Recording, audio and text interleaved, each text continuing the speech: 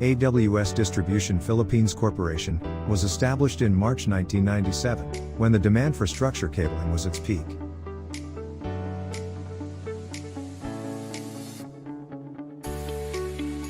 Due to the continuous rise of business opportunities nationwide, AWS then extended its operations in Visayas and Mindanao.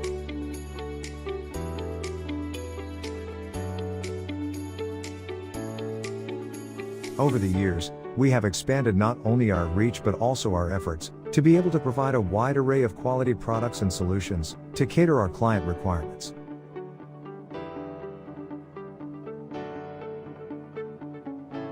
From telecommunications, power, data, voice and data center requirements, to safety, security and building system management.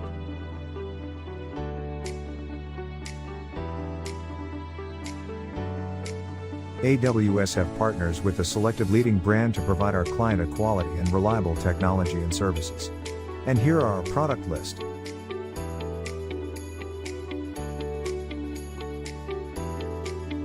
Founded in 1998 and headquartered in USA, Alantec Communications strives to become a leading manufacturer of fiber optic products and LAN wiring systems.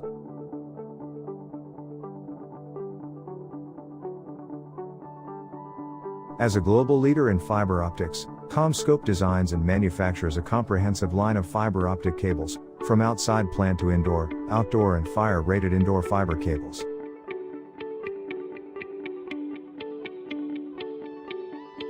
IPCOM is committed to providing the networking solutions with most professional and competitive price for SMB, keeping leading the way in VLAN coverage area.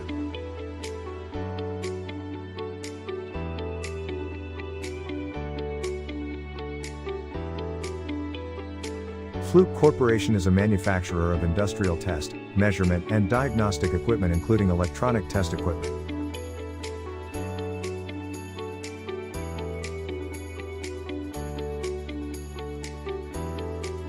Lilin is dedicated to design, development, manufacturing, and marketing of a broad range of networking surveillance solutions, looking forward to providing the best solution for our customers.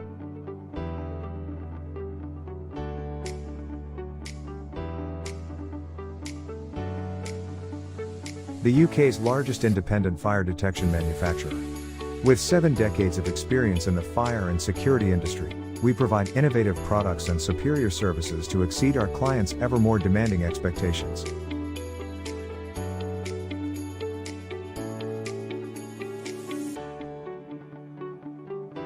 Honeywell helps building a smart, safer, more sustainable world with our world-class public address and voice alarm system, building management system, security and fire safety solutions.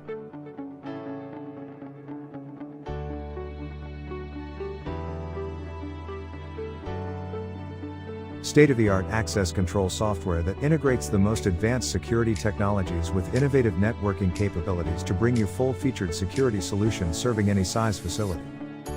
Building upon Winpac's legendary and robust workstation-based management system, Winpac 4.8 provides an intuitive browser-based interface allowing users to perform common access control actions from virtually anywhere.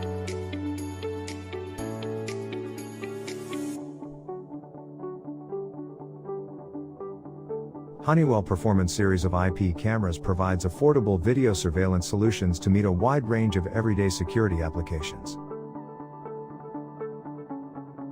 Honeywell Video Analytics automatically detects, analyzes, tracks and classifies the behaviors of people and vehicles as they move through a scene, increase security, reduce shrinkage, enhance customer service and increase operational efficiencies.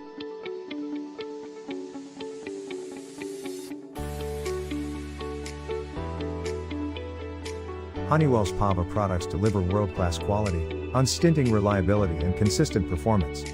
These high-fidelity offerings can meet the public address and security needs of any kind of establishment. Thanks to Honeywell's One Life safety initiatives, X618 can make a difference by seamlessly integrating with Honeywell fire alarm systems to form a comprehensive life safety solution that provides the best protection of human lives in all situations.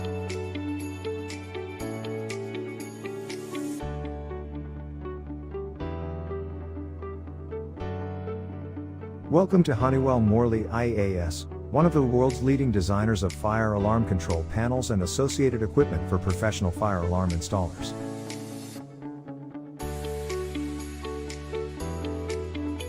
Suitable for the largest building complexes and multi-site applications, Trend systems minimize energy consumption and help maintain consistently comfortable building conditions through close monitoring of HVAC and other building services. Vertiv supports you in improving your uptime with a full range of innovative Liebert uninterruptible power supplies and future-proof, integrated UPS systems.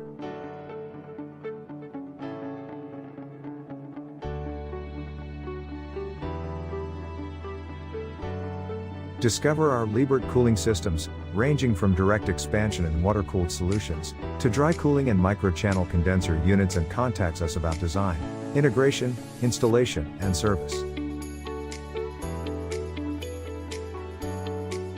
First introduced in 1987, Starline Track Busway is now the industry-leading electrical power distribution system. For the data center, mission-critical, retail, industrial, and higher education markets. Gentech raised floor systems, also known as access floors, are an elevated structural floor that is stabilized over a solid substrate, typically a concrete slab. A raised floor system creates a gap ideal for running electrical wiring and HVAC ducts. Gentech is a leading company in metal products fabrication serving the power, telecommunication and data cabling industry. Gentech's knowledge and expertise is tested and proven by our numerous clients and partners.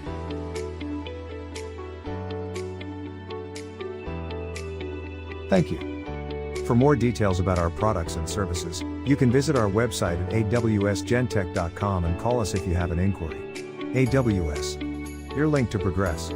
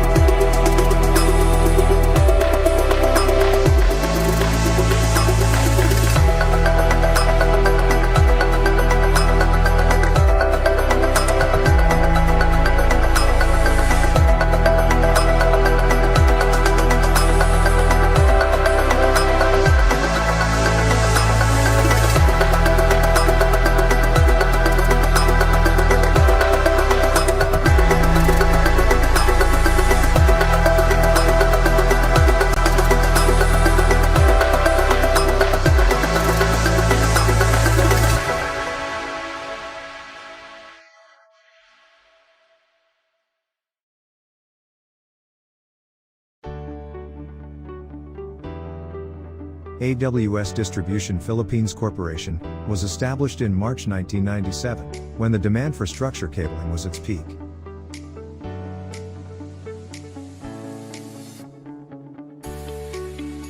Due to the continuous rise of business opportunities nationwide, AWS then extended its operations in Visayas and Mindanao.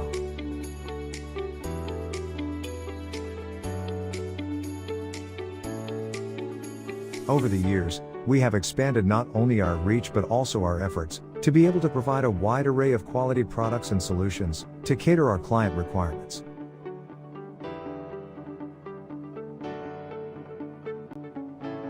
From telecommunications, power, data, voice and data center requirements, to safety, security and building system management.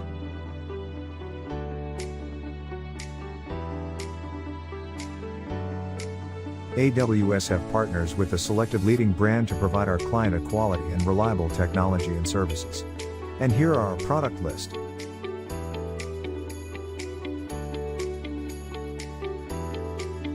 Founded in 1998 and headquartered in USA, Alantech Communications strives to become a leading manufacturer of fiber optic products and LAN wiring systems.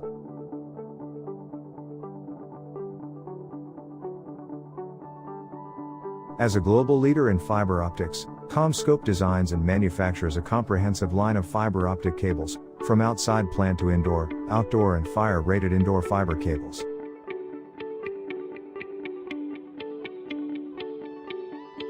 IPCOM is committed to providing the networking solutions with most professional and competitive price for SMB, keeping leading the way in VLAN coverage area.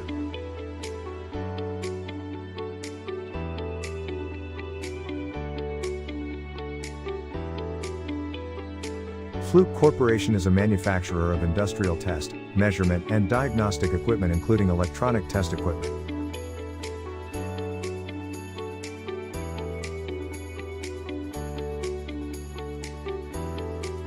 Lilin is dedicated to design, development, manufacturing, and marketing of a broad range of networking surveillance solutions, looking forward to providing the best solution for our customers.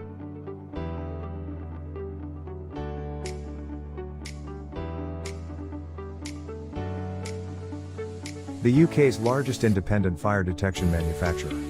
With 7 decades of experience in the fire and security industry, we provide innovative products and superior services to exceed our clients' ever more demanding expectations.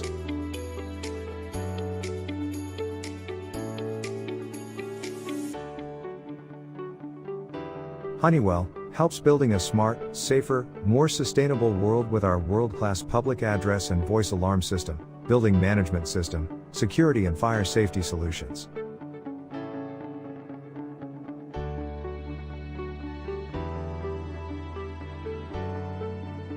State-of-the-art access control software that integrates the most advanced security technologies with innovative networking capabilities to bring you full-featured security solutions serving any size facility.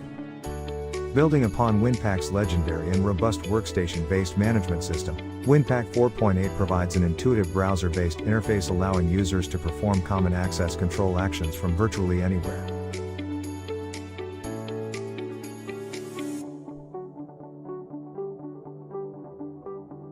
Honeywell Performance series of IP cameras provides affordable video surveillance solutions to meet a wide range of everyday security applications. Honeywell Video Analytics automatically detects, analyzes, tracks and classifies the behaviors of people and vehicles as they move through a scene, increase security, reduce shrinkage, enhance customer service and increase operational efficiencies.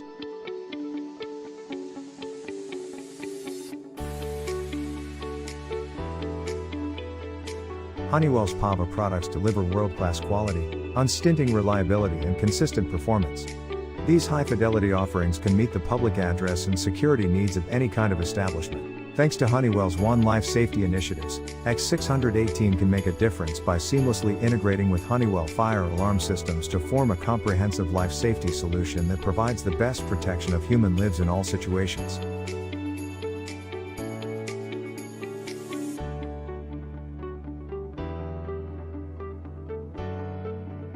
Welcome to Honeywell Morley IAS, one of the world's leading designers of fire alarm control panels and associated equipment for professional fire alarm installers.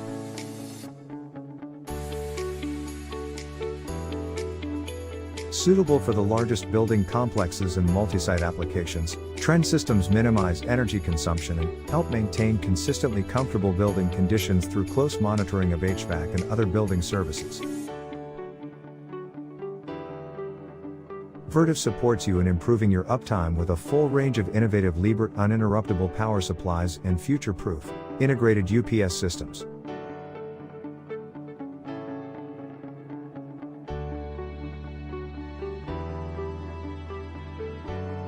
Discover our Liebert cooling systems, ranging from direct expansion and water-cooled solutions, to dry cooling and microchannel condenser units, and contacts us about design, integration, installation, and service. First introduced in 1987, Starline Track Busway is now the industry-leading electrical power distribution system for the data center, mission-critical, retail, industrial, and higher education markets. Gentech raised floor systems, also known as access floors, are an elevated structural floor that is stabilized over a solid substrate, typically a concrete slab. A raised floor system creates a gap ideal for running electrical wiring and HVAC ducts. Gentek is a leading company in metal products fabrication serving the power, telecommunication and data cabling industry. Gentek's knowledge and expertise is tested and proven by our numerous clients and partners.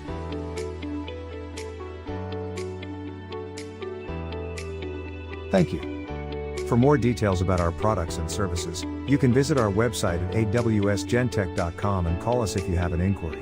AWS. Your link to progress.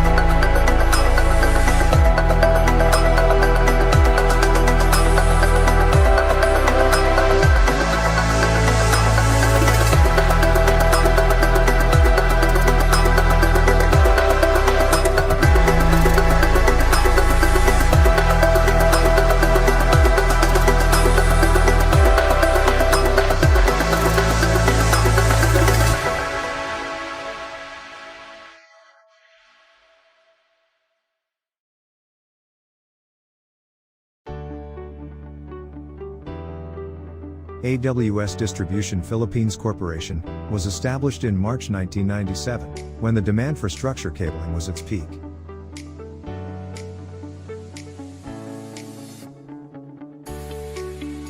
Due to the continuous rise of business opportunities nationwide, AWS then extended its operations in Visayas and Mindanao.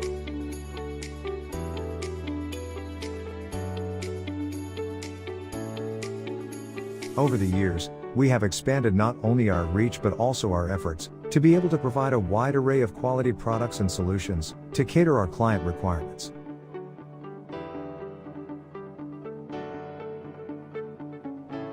From telecommunications, power, data, voice and data center requirements, to safety, security and building system management.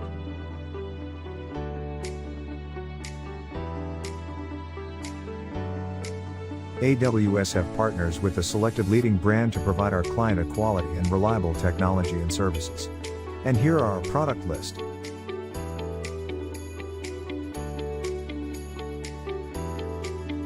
Founded in 1998 and headquartered in USA, Alantec Communications strives to become a leading manufacturer of fiber optic products and LAN wiring systems.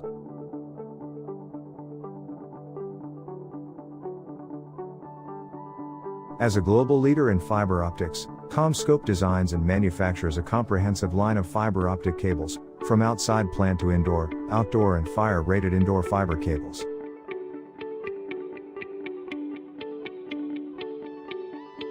IPCOM is committed to providing the networking solutions with most professional and competitive price for SMB, keeping leading the way in VLAN coverage area.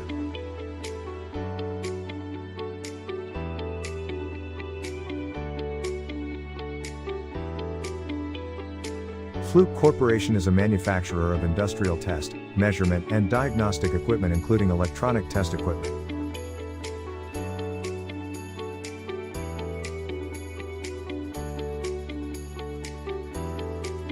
Lilin is dedicated to design, development, manufacturing, and marketing of a broad range of networking surveillance solutions, looking forward to providing the best solution for our customers.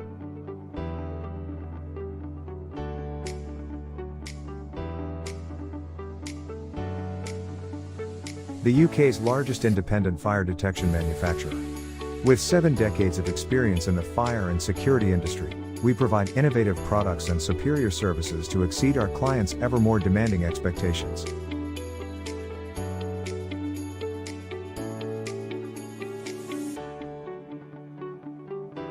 Honeywell helps building a smart, safer, more sustainable world with our world-class public address and voice alarm system, building management system, security and fire safety solutions.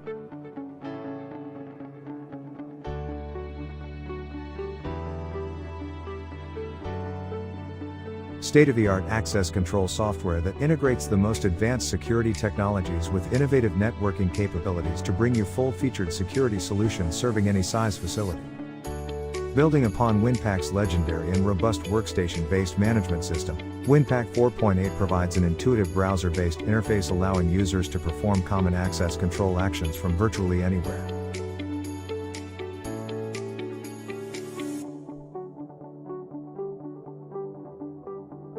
Honeywell Performance series of IP cameras provides affordable video surveillance solutions to meet a wide range of everyday security applications. Honeywell Video Analytics automatically detects, analyzes, tracks and classifies the behaviors of people and vehicles as they move through a scene, increase security, reduce shrinkage, enhance customer service and increase operational efficiencies.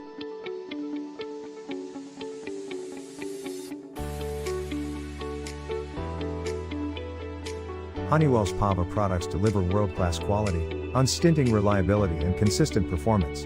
These high-fidelity offerings can meet the public address and security needs of any kind of establishment. Thanks to Honeywell's One Life safety initiatives, X618 can make a difference by seamlessly integrating with Honeywell fire alarm systems to form a comprehensive life safety solution that provides the best protection of human lives in all situations.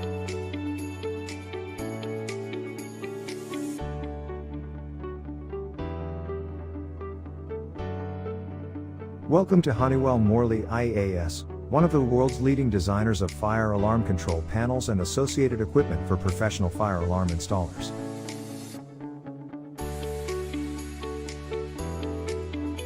Suitable for the largest building complexes and multi-site applications, Trend systems minimize energy consumption and help maintain consistently comfortable building conditions through close monitoring of HVAC and other building services. Vertiv supports you in improving your uptime with a full range of innovative Liebert uninterruptible power supplies and future-proof, integrated UPS systems.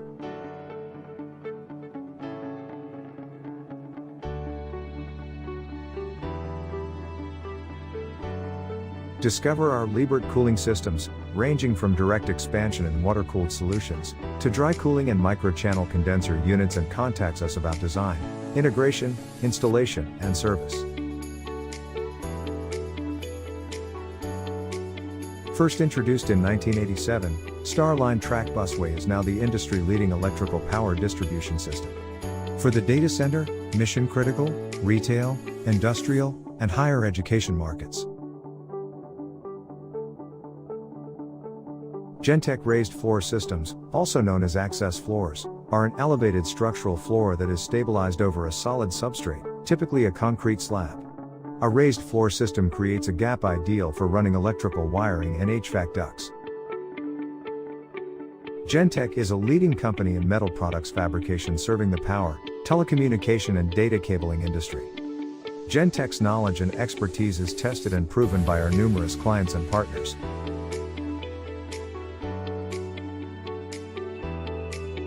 Thank you. For more details about our products and services, you can visit our website at awsgentech.com and call us if you have an inquiry. AWS. Your link to progress.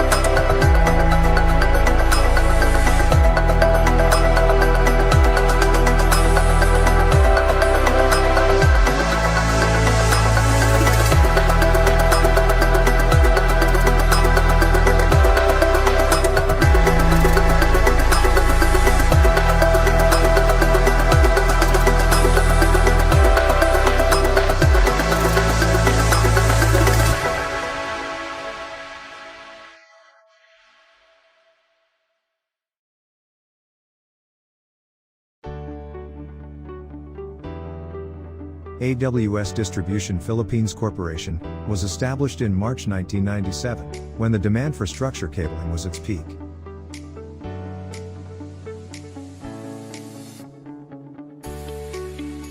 Due to the continuous rise of business opportunities nationwide, AWS then extended its operations in Visayas and Mindanao.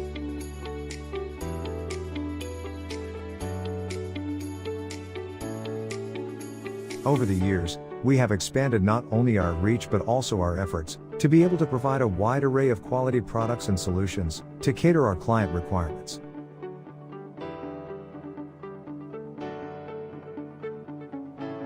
From telecommunications, power, data, voice and data center requirements, to safety, security and building system management.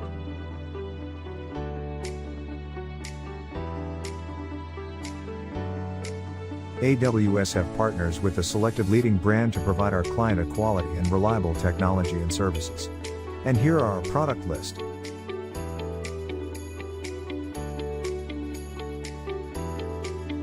Founded in 1998 and headquartered in USA, Alantec Communications strives to become a leading manufacturer of fiber optic products and LAN wiring systems.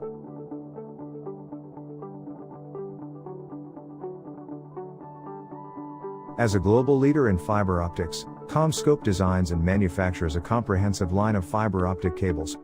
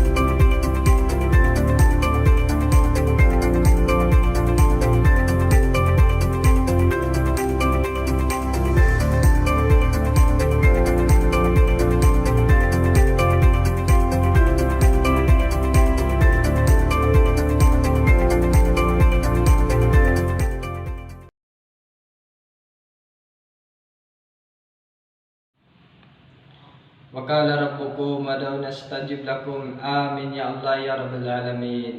بسم الله الرحمن الرحيم. الحمد لله رب العالمين الرحمن الرحيم مالك يوم الدين إياك نعبد وإياك نستعين اهدنا الصراط المستقيم صراط الذين أنعمت عليهم غير المغضوب عليهم ولا الضالين آمين.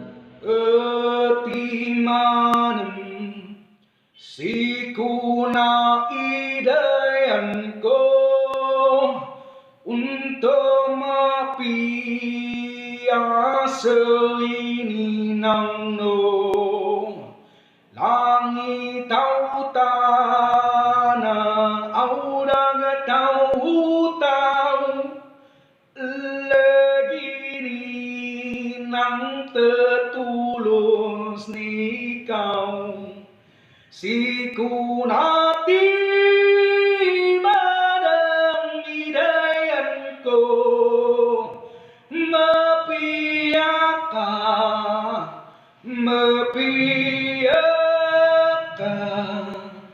si kunati badang hidayanku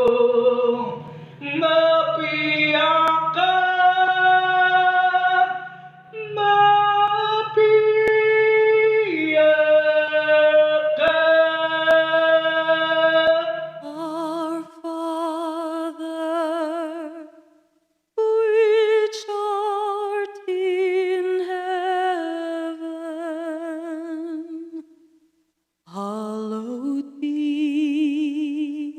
thy name. Thy kingdom come, thy will be done on earth as it is in heaven. Give us this day our daily bread, and forgive us our debts as we forgive our debtors. And lead us not into temptation, but deliver us from evil. For thine is thy kingdom, and the power, and the glory forever. Amen.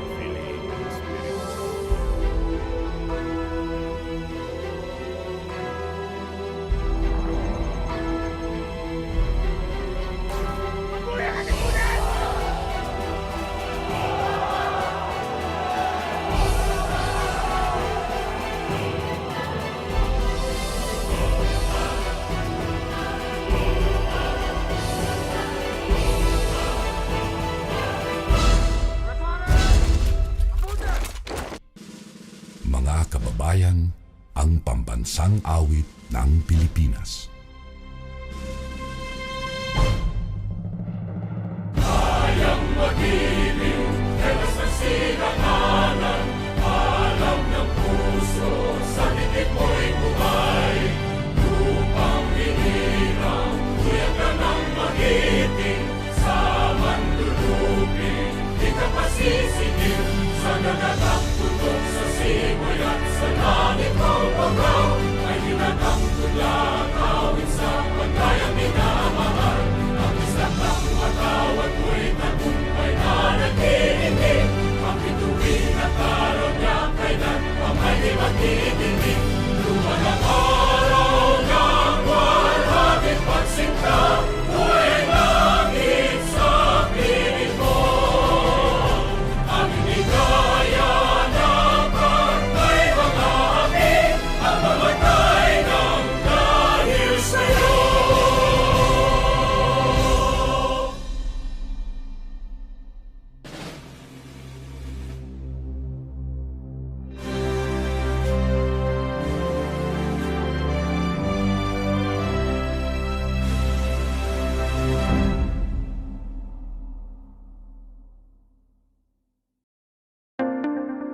be mindful of the following house rules.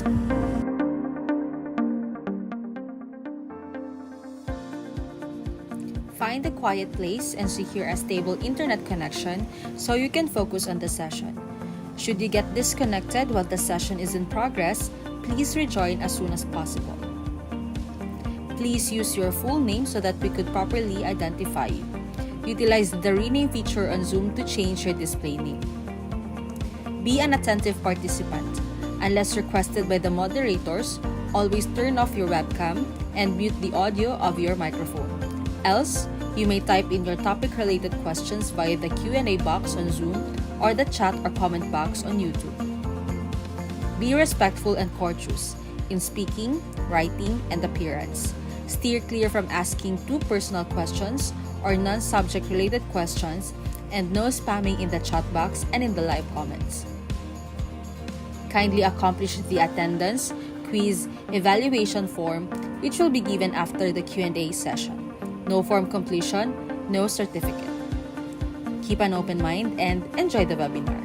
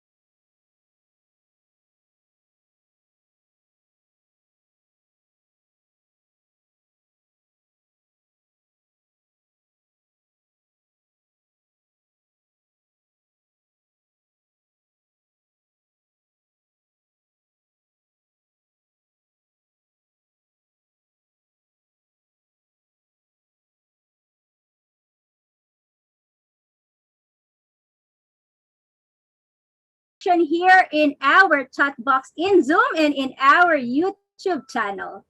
So while I am waiting for our participants chiming in with their heart reactions, I just want to say that this e-AGM 2.0 is indeed conceptualized with full of love. Puno po ng pagmamahal. Love from the IECEP organization, love from our IECEP e-AGM hardworking organizers and committees, and love from our participants, ang ating mga ka-IECEP. So thank you everyone for painting our e-AGM 2.0 red. We truly embodied our IECEP e-AGM 2.0 tagline, which is #IECEPPuso. So thank you so much to our participants for your heart reactions. And we are streaming live on multiple platforms such as here in Zoom and in our official YouTube channel. So to all our participants, just a kind reminder that this session is being recorded. So now let us proceed to the first part of our program. So our e-AGM 2.0 is made possible by our generous sponsors. And today, we are immensely grateful that one of our sponsors, the AWS Distribution Philippines Corporation, is here with us to present its technical presentation until 6 p.m. today. So ladies and gentlemen, let me introduce to you our speaker.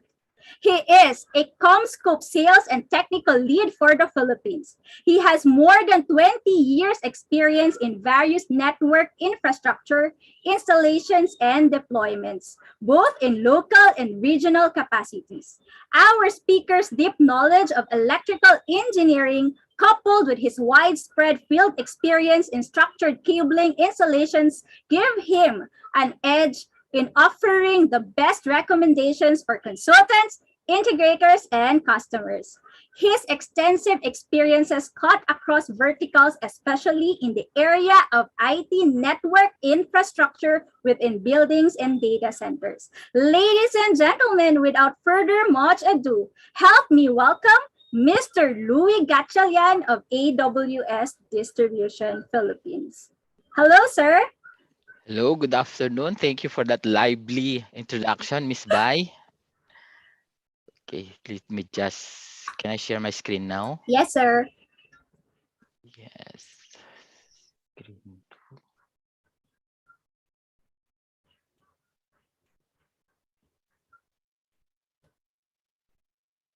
We cannot see yet your presentation, sir. What we can, okay, now it's okay. So, are we good to go? Yes, sir. The floor is yours. Okay, good afternoon. A blessed Friday to all. And salam alaikum to all our brother Muslims. I am Louis Gatchalian, the manager of Comscope Philippines for enterprise sales. So, our topic for today is about our history and a product that I believe that Comscope is only having this. So let me start with the history and the powered fiber and the solutions and a bonus topic for the necessity or the need for the Cat6A category cable.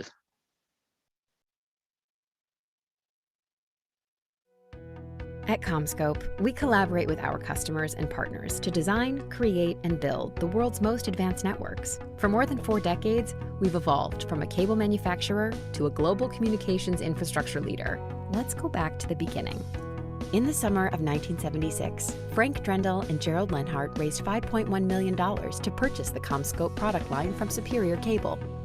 By the end of that first year, they went from barely making payroll to a prosperous company producing $14.4 million in sales and netting $1 million in profits.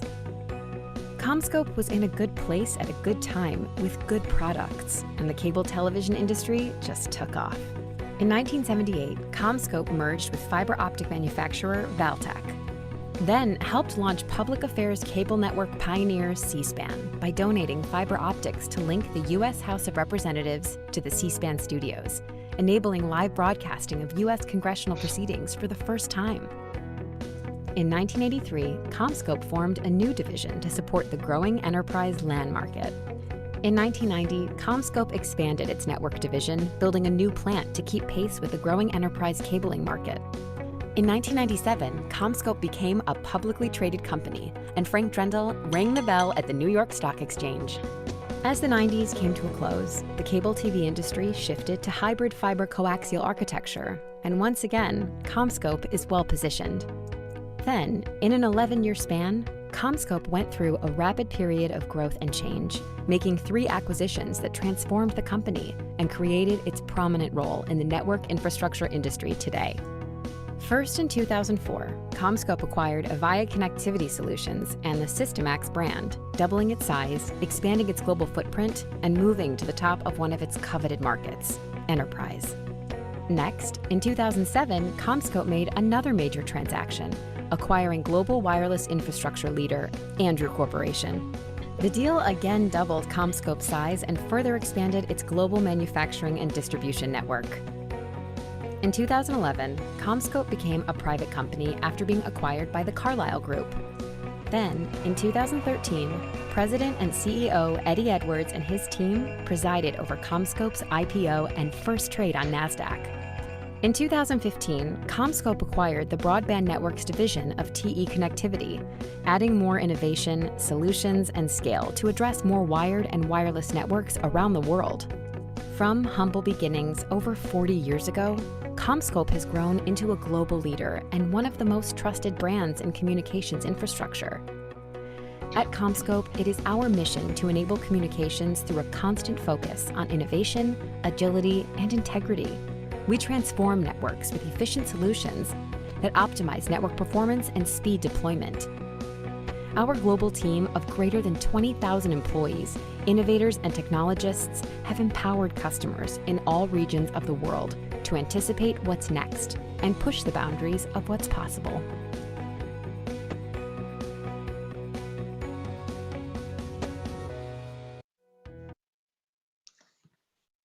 So that's about the history of CommScope. So we've been the trusted for every evolution, shaping one of the most dynamic and technically challenging environments in the world. So from the two-way radio to the digital revolution and beyond, you can see here that the dramatic spike in the demand for the bandwidth, which continues to ascend. And as you can see, we've quite literally invested in what's next to help our customers with those essential demands. So with regards to branding, due to the a lot of acquisition, we have two brands. We have the cost-effective brand, which is the CommScope NetConnect, and we have also our uh, premium brand, which we call the CommScope Systemax. So we have a different products from the infra to the active and passive product also. So with regards to our enterprise partnership ecosystem, so our main headquarters is in Hickory, and we have a different local offices in APAC and in NAR, and in the Philippines, we have our office in One World in BGC Taguig. So we do usually collaborate with consultant, architects, and engineers and end users too. And we have also our allied to the technologies who approve all the installation. We have different brands of testers. Then we don't do direct selling to our partners and end users. We do have a distributor. It's AWS Distributor Philippines. Then they're the one who are selling to our certified partners. And the partners also will sell to the different end users like the public sectors, manufacturing, banking, academe, BPO, and hospitality and the likes of healthcare and construction also. For this webinar, we'll introduce the powered fiber cable system of CommScope. So we have the elements of the solutions.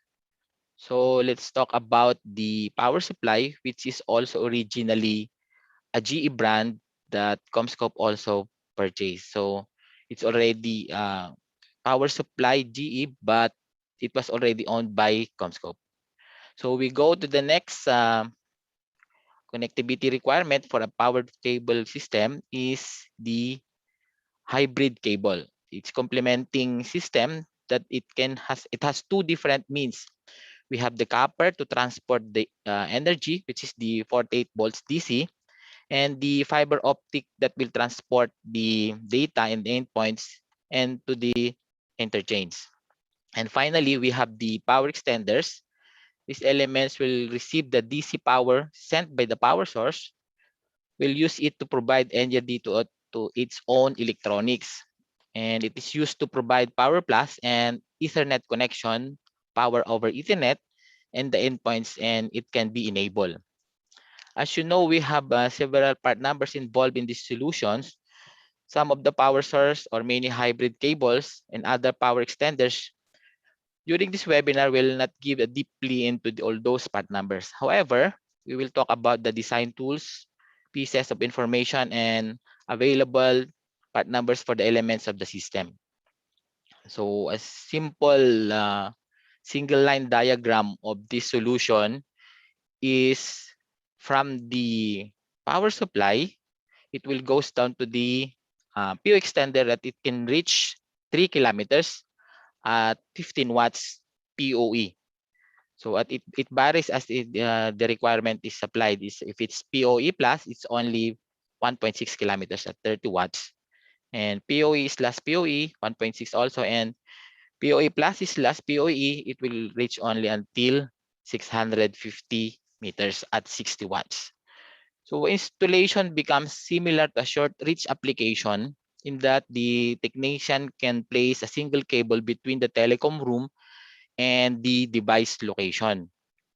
So once the cable is terminated in the connection to the device and are made a simple copper patch cord, the difference being that the channel lengths are greatly extended depending on the power delivery distances that can range from 2,000 to 1,000 feet. So the powered fiber cable system compress the three main elements, a hybrid copper and fiber, a PoE or a power extender, and a power supply. The PoE extenders include the DC to DC inverter. Therefore, the voltage drop does not need to be calculated. The distances noted in the SLD accurate is assuming that the copper cable is 12 AWG. So this is the power supply. And we have also the Rucos ICX switch, which we have already bought also way back in 2019. So just as isolate installation, the PO extenders are included with DC to DC inverter. So therefore, the voltage drop does not need to be calculated. The distances noted are accurate, assuming that the powered cable is 12 AWG. The distance tend to be long, but not long enough to require the DC to DC boost capabilities. So we have to go for the system evolution also. The third generation of one-port PO extender is being introduced as one of the new solution components. First, a bit about power. With regards to the POX standard, power supply equipment such as for our PO extender can be used either layer 1 or layer 2 power negotiation. For a layer 1, power is negotiated by either single or dual signature detection. In other words, the 4 pairs of the cable are treated as single power circuit or as two separate power circuits. For a layer 2 powers negotiation, link layer discovery protocol, or we call it the LLDP, is used to negotiate the power level.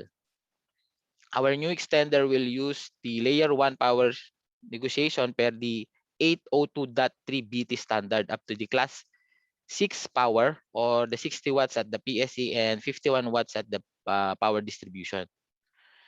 The previous one-port extender, which was released prior to the standard, only supported a 1 or 2 specified layer 1 detection scheme. It is important to note that none of the PO extenders can be used with the Cisco UPOE powering method. The fiber interface on the new PO extender has been upgraded from the basic SFP to the SFP plus transceiver. This enables fiber communication speeds up to 10 gigabit per second. As noted here, the older PO extend only have SFP cages in them. The copper interface will operate at 100 Mbps, 1 gigabit, 2.5, and 5 GB speed. This is definitely important when considering a Wi-Fi 6 distribution or deployment. And so the new PO extender support the BT compliance power distribution, faster fiber, copper, and of course the two-port extender have 802.3 at PD, and the power extenders for the devices and can be directly fiber to the powered of 12 or 48 DC power. So this will look like this powered fiber cable. Yung nasa gitna is yung fiber optic. It has a multi-mode or single mode, and it has a pairing of 2-core, 4-core, and 12-core. And the other two on the sides are the power cable or copper cable that has a diameter of 12 AWG or 16 AWG. It depends how long or how far is the PU extender to be used. So if it goes to 3 kilometers, you can say it's 12 AWG. So there will be a calculator in our portal that I can share in a while so that you can determine how to do the estimate or design for an installation of a POE requirement. So the cable is available in indoor, outdoor version, and we have also plenum, but it is not being used in the Philippines or in Asia because we don't have plenum space here, not like in the US. So what do we find here today when customers are integrating their own solution? Those integrators usually result in a complex deployment. It means na gumagamit sila ng ibang accessories or ibang ELV component like the media converter. Then kailangan nila ng BT ring, kailangan nila metro. So there is a need to apply for the local electric cooperative to have a kilowatt hour meter for the consumption of the POE device. So powered fiber is being developed to eliminate the power requirement and other accessories to be needed in implementing POE device with the range of 100 meters above. Kasi beyond 100 meters, you will not be able to use the copper cable. You need to use the fiber cable and using also a media converter plus a local power supply. Okay, so those solutions can work, but definitely it will operate a higher cost and magmi-maintain ka pa yun. So lifetime na yun, wala ka ng stop sa pag babayad sa Meralco or any other provider. So may maintenance ka. Not like our system na one installed lang, one point of power source lang kailangan. Doon lang sa may IDF or sa telecom room or communication room kung saan mo in-install yung power supply. Okay, having said that, let's talk about the traditional use cases of our system. The original powered fiber cable system is well designed for the outdoor environment. So ito kailangan sa mga CCTV installation, any POE device.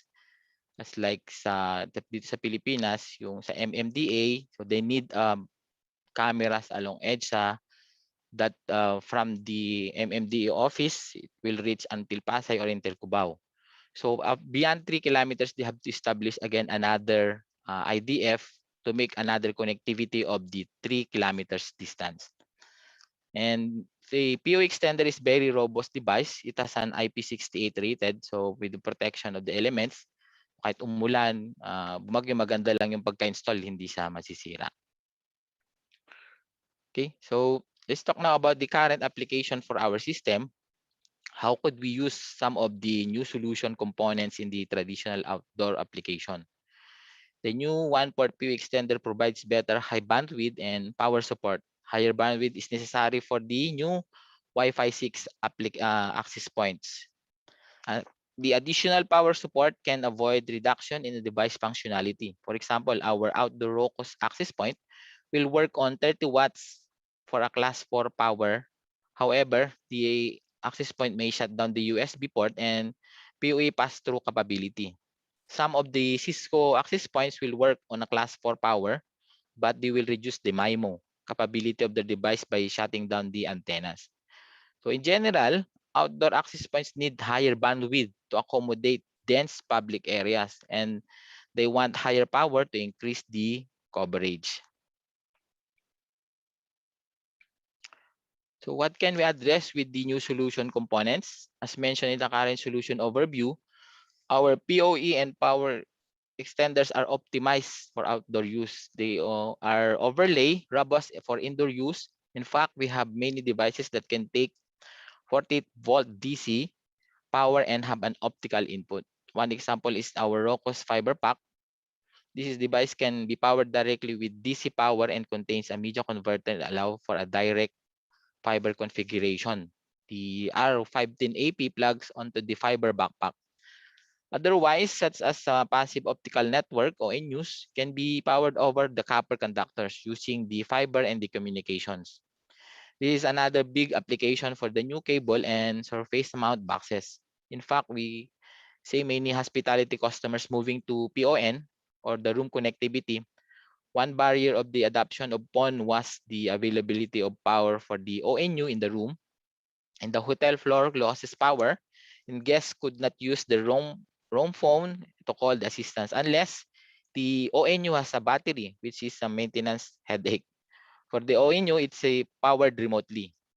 So one of the advantage of our PoE extender is the DC to DC power conversion. This enables powering over the long distances because we are less concerned with the voltage drop due to the distance. But for indoor application, the distances tend to be long, but not long enough to require a DC to DC boost capability. In other words, we can power up a ROCOS fiber backpack for an ONU even distances up to 1,500 feet. Okay. So here are the tools and resources that can be found in our website. So we can use the powered fiber calculator has to be on the starting point to each one of our projects. It will confirm the design that we have in limited and will work or not.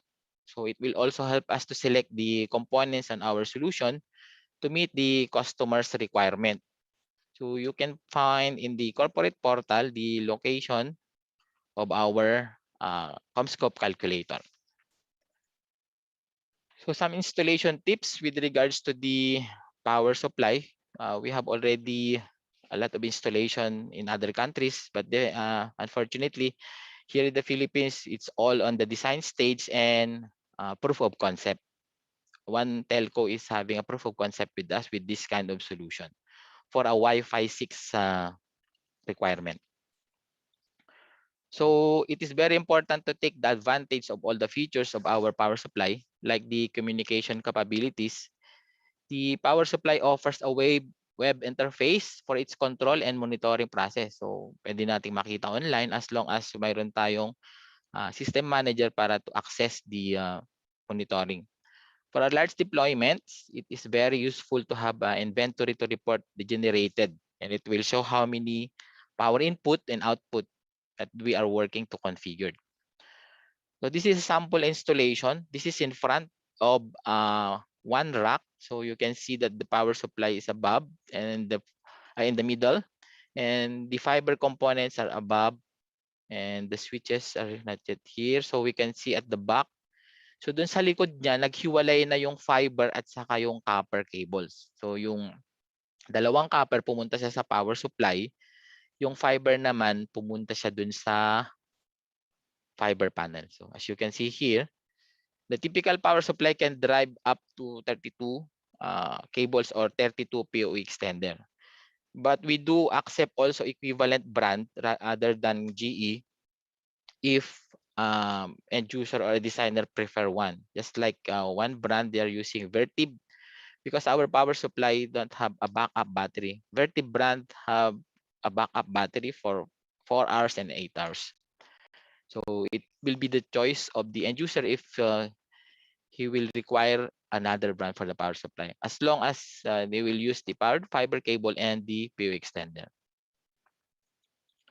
Then this is the disassembled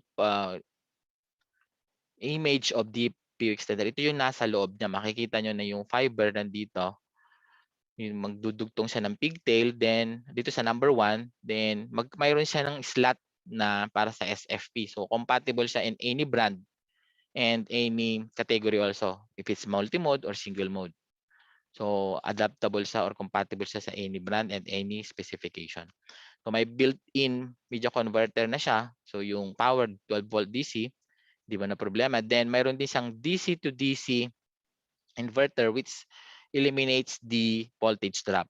So wala ka ng issue sa voltage drop with the long distance with 3 kilometers. So worry-free ka na. So wala ka ng problema dun sa power na magko-control dun sa PoE device mo. It will be all controlled in the control room and in the rack of the power supply. So it is necessary also to do the grounding and bonding as standard for any installation. Kailangan natin ng grounding. So it can be used with the conductor of 16 AWG. Then observe all the installation and the gasket. It must be firmly installed to avoid the leaking of any liquid inside the PoE extender. So here are some samples that we installed in other countries, but this is all in Asia Pacific. So you can see can be used in pole or in railways. So it can be installed also in the parks to be used as the PoE extender for the cameras or any barrier for the roads, and for also it's being used from a military camp to power up PMS connectivity or any PoE devices. So we have powered fiber information resources. As mentioned, we have in our portal. You can just access www.mycomscope.com. It's for free. You don't have to do anything. You have to use only your email or company email. So you can search this product anywhere you are, as long as you have internet connectivity. So we have all the documentation that describes our product, the powered fiber corporate web page, and we have a lots of free trainings in our portal also. So one installation the Universal Studio in Beijing. So this theme park is composed of islands. So they have an issue on their connectivity for the POS, for the ticketing, surveillance camera, access point. So what they did is they make a ring topology for the whole theme park. Then each island, they made a powered fiber cable system connectivity. So bawat island may kanya-kanya siyang sariling PoE powered fiber, and then nandun sa Jurassic Park building, nandun yung pinaka control room nila. So hopefully next year magkakaroon na rin tayo ng installation dito ng powered fiber. So to understand more, kindly watch this video.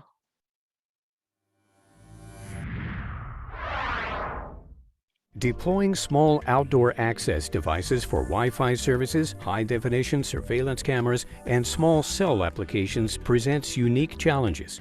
Property owners and utility companies expect the equipment to be installed quickly and with minimum disruption, but aren't always able to grant installers easy access to electrical power for these devices. Historically, small cell and Wi-Fi installations have needed both power and communications. Often, the network device can't be installed precisely where needed. This limits the effectiveness of the coverage area or services at that location. Hybrid optical cables have helped solve these challenges, but until now, the hybrid designs were costly because of the complexity of the cable construction. In response, CommScope developed the Powered Fiber Cable System, an innovative solution that allows fast, flexible, and precise installation of network access devices. This single hybrid copper and fiber cable solution requires no special tools for installation. Stress concentrators in the cable jacket allow fast, banana peel style technician access, up to 5 times faster than traditional hybrid cables. The unique Power over Ethernet, or PoE extender, incorporates DC to DC electrical conversion, which effectively eliminates the problem of voltage drop over distance. 3 layers of electrical protection are incorporated into the extender to provide protection against lightning strikes, electromagnetic interference, and/or accidental grounding. The powered fiber cable system can be installed on a pole, building, rooftop, almost anywhere the network device is needed. The IP67 outdoor-rated PoE extender with built-in power management adapts for any voltage drop over a distance of 3 kilometers. That's up to 30 times the distance of traditional CAT cable systems. An integrated media converter allows installers to plug in any PoE-compliant network device using the Cat5 jack. For more aesthetic applications, the extender can be placed inside device brackets, effectively hiding the equipment from plain sight. Power and optical communications are delivered to the PoE extender using the unique hybrid copper and fiber cable solution. The cable holds either 2 mm or 1.3 mm diameter conductors and up to 12 optical fibers. Available in outdoor and indoor-outdoor configurations, the ruggedized cable can be easily buried, installed in ductwork, aerial mounted, or routed inside buildings. Ordinary stripping tools provide fast access to both the fiber and conductor elements. The cable routes back to the head-end location and terminates to a rack-mountable power supply and fiber patch panel solution. The power supply shelf delivers 48 volts DC low-voltage power. Up to 32 network devices can be powered from a single power supply. The powered fiber cable system is a complete solution for powering and communicating with HD cameras, Wi-Fi, small cell, and other network devices at 30 times the distance of power over Ethernet, while reducing landlord and utility negotiations and eliminating local power sources by using a centrally located uninterrupted power supply and carrier-grade electrical protection, and providing compliance with SELV and NEC Class 2. For more information on the powered fiber cable system, visit CommScope.com or contact your CommScope sales representative. So that's all about our powered fiber cable system. Now we go to a short topic about the need for the category 6A cable. So Cat 6A cable should be flexible, expandable in the configuration solution.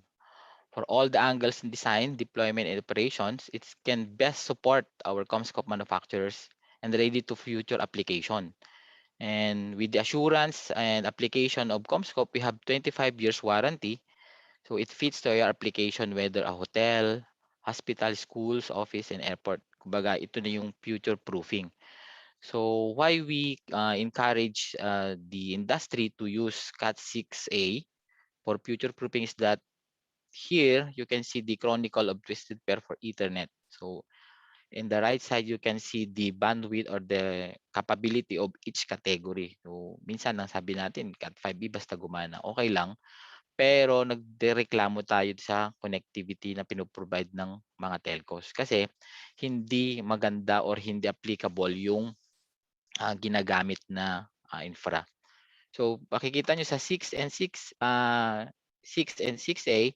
500 megahertz sa 6A, 250 megahertz lang dun sa Cat6. So here is also another category that was not ratified, the Cat7 and 7A. So hindi kasi siya in-approve ng ANSI TIA to have a complete end-to-end solution. So supposed to be lahat ng endpoints natin is RG45 port, but Cat7 and 7A don't have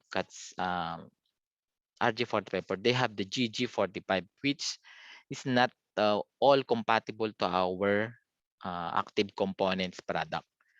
So here is another justification that we should use the Cat6A comparison to the other categories. So makikita nyo at 1 gigabit. So sinasabi ni provider natin na 1 gig nang kaya, pero ang kable pa rin is Cat5e, so it cannot provide still. So sayang yung offer ng mga telcos natin kung hindi maganda yung infra natin. So here are some reliable justification and comparison with regards to the category of the cables that we are using in offices and all in other establishment that we're doing. So another better together comparison or commitment of CommScope, the RUCOS access point and the Systemax cable. So we can provide a certification that is workable if we use a Cat6A cable at 180 meters using an R750 or at R850 access point. So mawawarranty ito ni CommScope or ni Systemax na hindi magkakaroon ng discontinuity or bababa yung binibigay niya na data transmission. So ito yung naging goal namin last 2 years ago. So seeing a picture of these details, because the structured cabling is a hidden from view. So minsan nababaliwala lang ang cabling. But it must be prioritized because ito yung mga mahirap ng ipalitan pag tapos na yung building, lalo yung mga fixed ceilings. So we must be future-proof. So try to consider in your installation category Cat6A. Then for anyone who are interested with our products and have who want to know about more our products, you can contact Engineer Dennis or me or our tacapac@comscope.com. Somebody will answer in your any inquiry with regards to structured cabling or with our other products. So that's all, and maraming salamat po for giving me the chance to share it to you what we have. All right, thank you so much, Mr. Louis Gatchalian, for that very informative technical presentation. So, sir, let us proceed to our Q&A. Let's for a while, just share my screen. May tanong ba? Yes, sir. Merong isang question. Diyan naman si Engineer Dennis. Okay, sir. Only one question, sir. I think you can answer this one. This is related to your product. So the question is, does CommScope have fire-rated fiber optic cable to be used for networking of fire alarm panels? Yes, we have fiber LSCH and fiber rated. Just contact Engineer Dennis and he will provide you or I can help him to provide the data sheet of whatever the category or the number of core you want. Okay.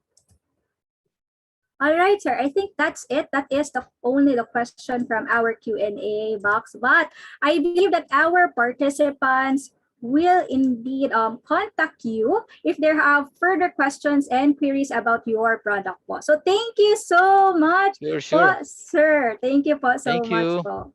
So sir, just stay put po, sir, ha? So at this juncture, sir, just stay put and stay your video on as I award to you our certificate of appreciation.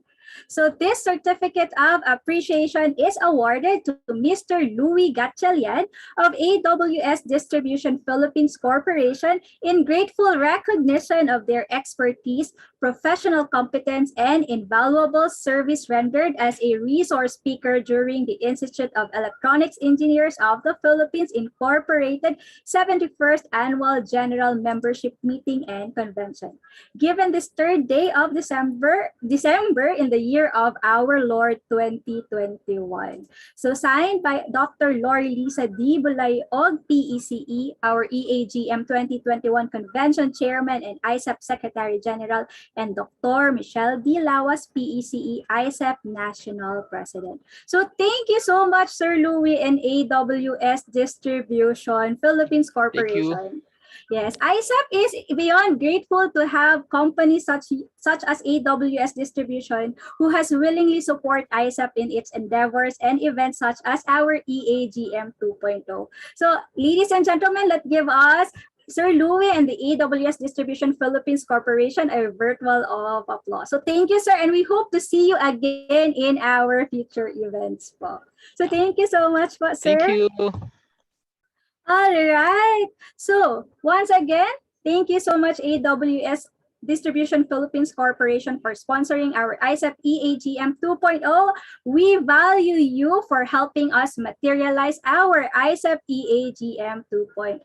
So again, hello again to our global participants. Isang magandang IECEP po sa inyong lahat.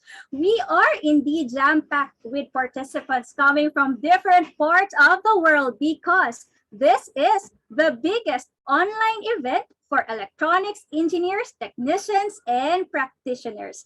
You are still tuned in to our day 7 of our e-AGM 2.0.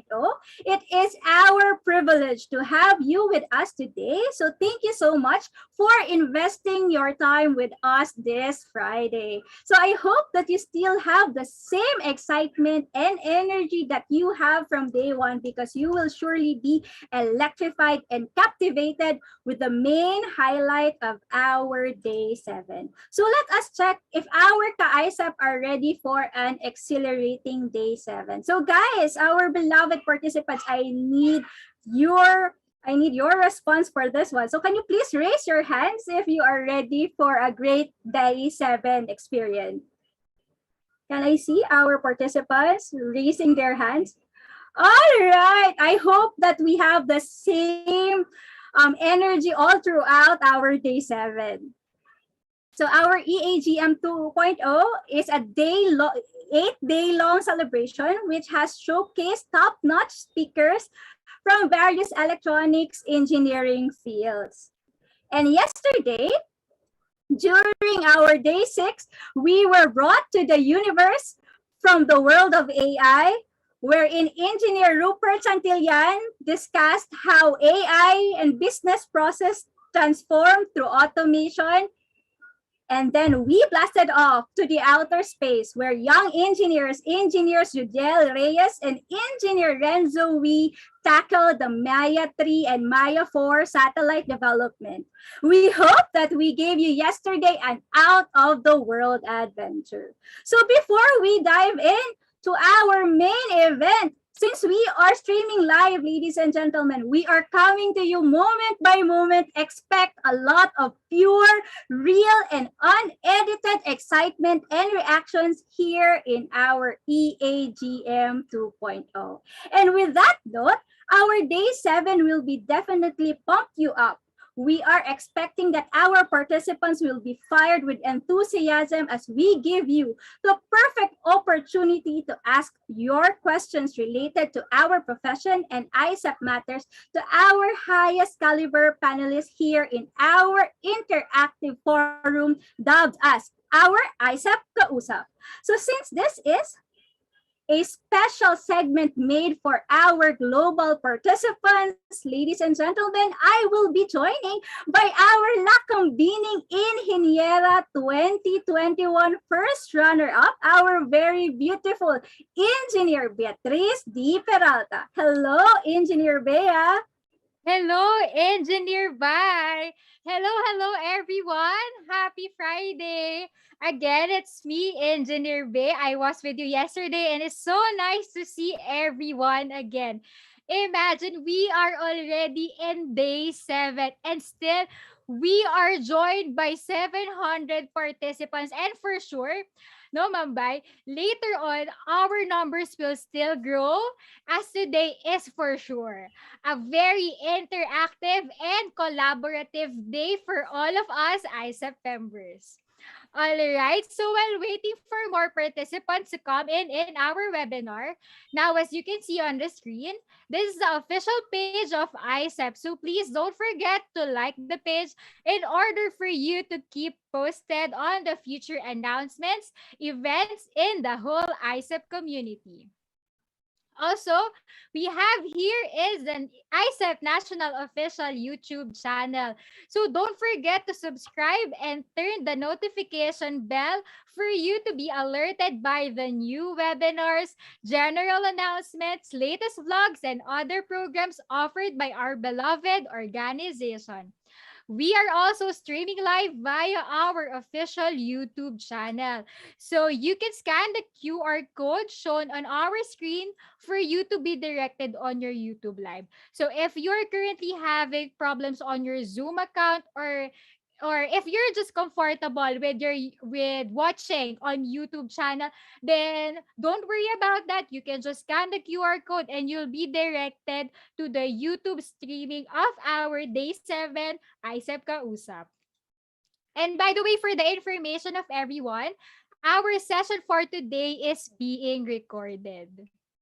All right, now for our official hashtags for this year's e-AGM 2.0, if you post a screenshot or take a selfie or any activity relating with our event on your social media accounts like Facebook, Twitter, Instagram, or even TikTok, please include and do not forget to use this hashtag. Hashtag ISEPUSO, hashtag ISEP e-AGM 2021, hashtag One ISEP, and hashtag Mabuhay ISEP.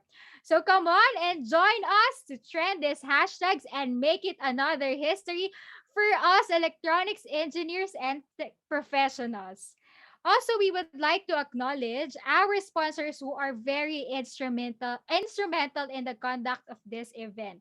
We have Wireless Link Technologies Incorporated, AWS Distribution Philippines Corporation, Siemens Energy, Advantech Corporation, Malaysia and Amarantos Incorporated, United Electrical Specialists Incorporated, PT Serna Corporation, Excelforce Review Center, Allied Telesis Philippines Incorporated, Panasonic Business, Infinite Care Technology Solutions, and Stayag State Power Incorporated. But you know what, guys? Today, it will not just be Engineer Bay and I that will facilitate today's special event. Ganun tayo ka-special. Kasi tatlo po kami today na magbo-moderate for the ISEP Kausap. So now, let me call on and share this virtual stage to ISEP's boy next door, Hendrix Bautista.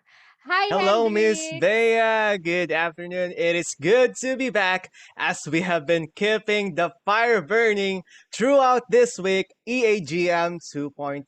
Even if we are in the 7th day, please still be reminded or to follow these house rules that we will be presenting to you. All right, so please type in your ISEP Kausap questions via the Q&A box on the Zoom or the chat comment box on the YouTube using the following format: ISEP Kausap, topic-question.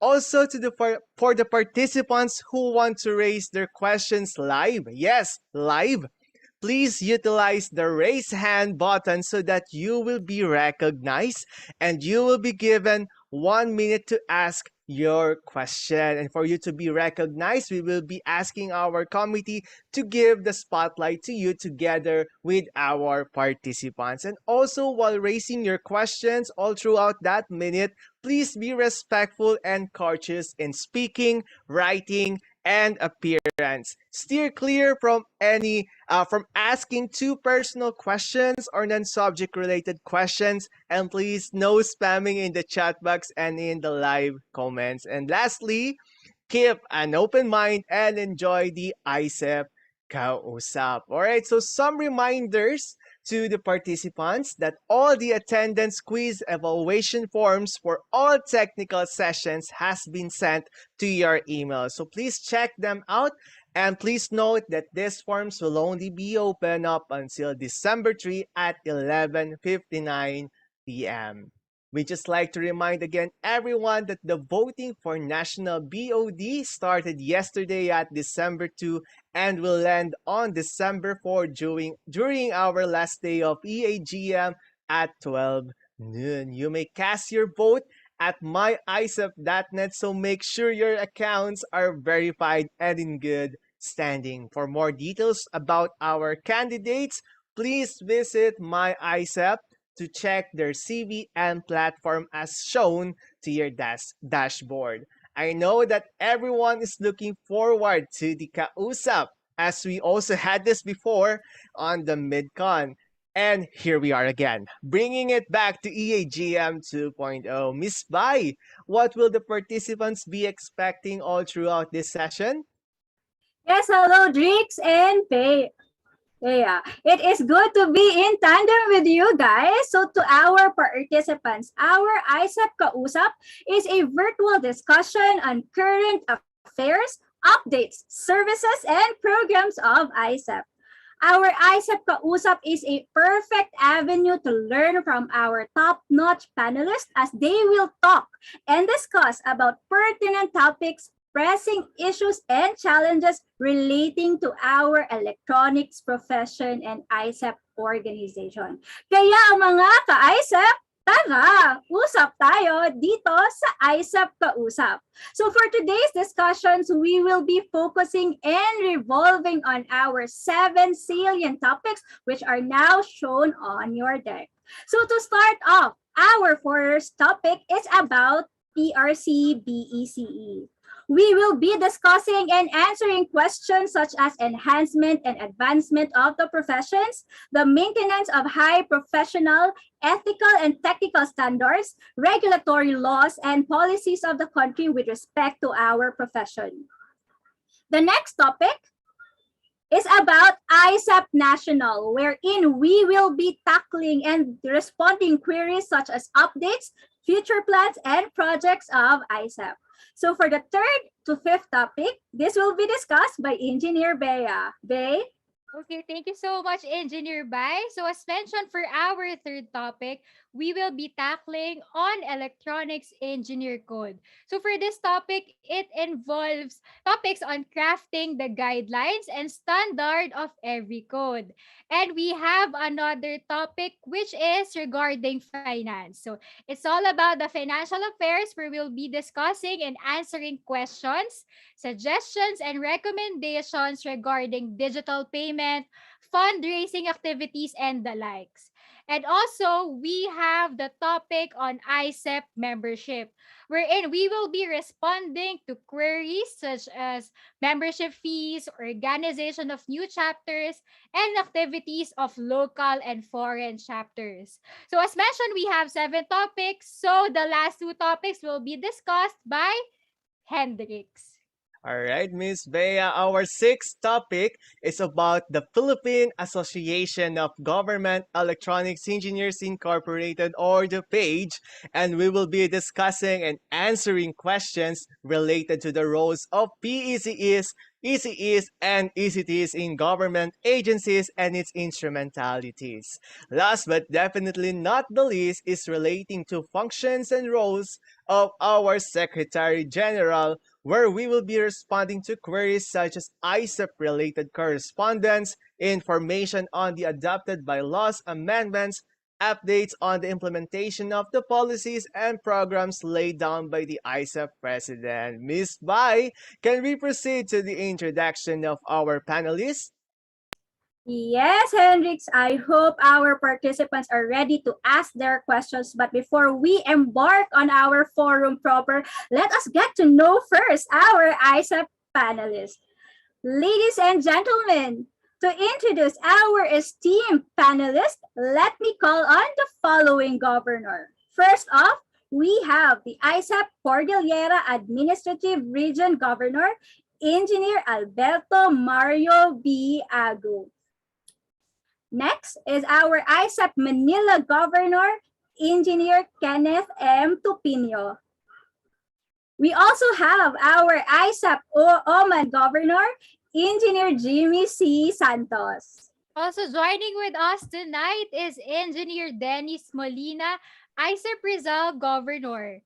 Also, Engineer Criseldo C. Kalinawan, the ISEP Caraga Governor, and Engineer Danilo Cuenca, the ISEP Quezon City Chapter former Governor and Steadfast Advisor. Also here with us is the Governor of ISEP CAR, Engineer Pepito E. Cardoza Jr. Also, the Governor of ISEP Negros Occidental, Engineer Glenn A. Ang. And the ISEP Negros Oriental Governor, Engineer Bon Mark G. Uy. To begin the introduction of the speaker, Engineer Agu.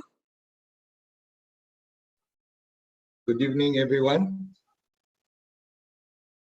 We have a loaded roster for the IECEP CA-USAP, and we have an equally loaded moderators for tonight.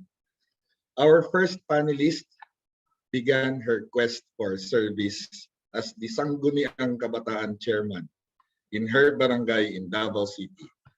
All of this while finishing her bachelor's degree in electronics engineering from the University of Southeastern Philippines. She then pursued her master's in engineering, major in electronics engineering from the same university, and finally acquiring her PhD with a degree of Doctor in Engineering in Robotics. Our panelist is an enumerator from the Department of Science and Technology project on planning monitoring on household gas consumption. She is a team leader in the Social Inclusion Program for Waste Pickers in General Santos City, a survey leader with the Agrarian Reform Community Connectivity and Economic Support Services, a team leader in HIV/AIDS prevention in Mindanao, and a project leader in the implementation of stakeholder mapping for the Public Utility Vehicle Modernization Program of the Department of Transportation. All of this while serving the Mindanao State University Jensen campus as their Vice Chancellor for Academic Affairs. Our panelist is a CPD resource speaker for IECEP. She used to be the chapter governor for IECEP Socsargen, which led to her election as the National Vice President for Education and Student Affairs. Ladies and gentlemen, our first panelist for tonight, a mother and now the mother of IECEP, the National President of the Institute of Electronics Engineers of the Philippines, Dr. Michelle D. Lawas.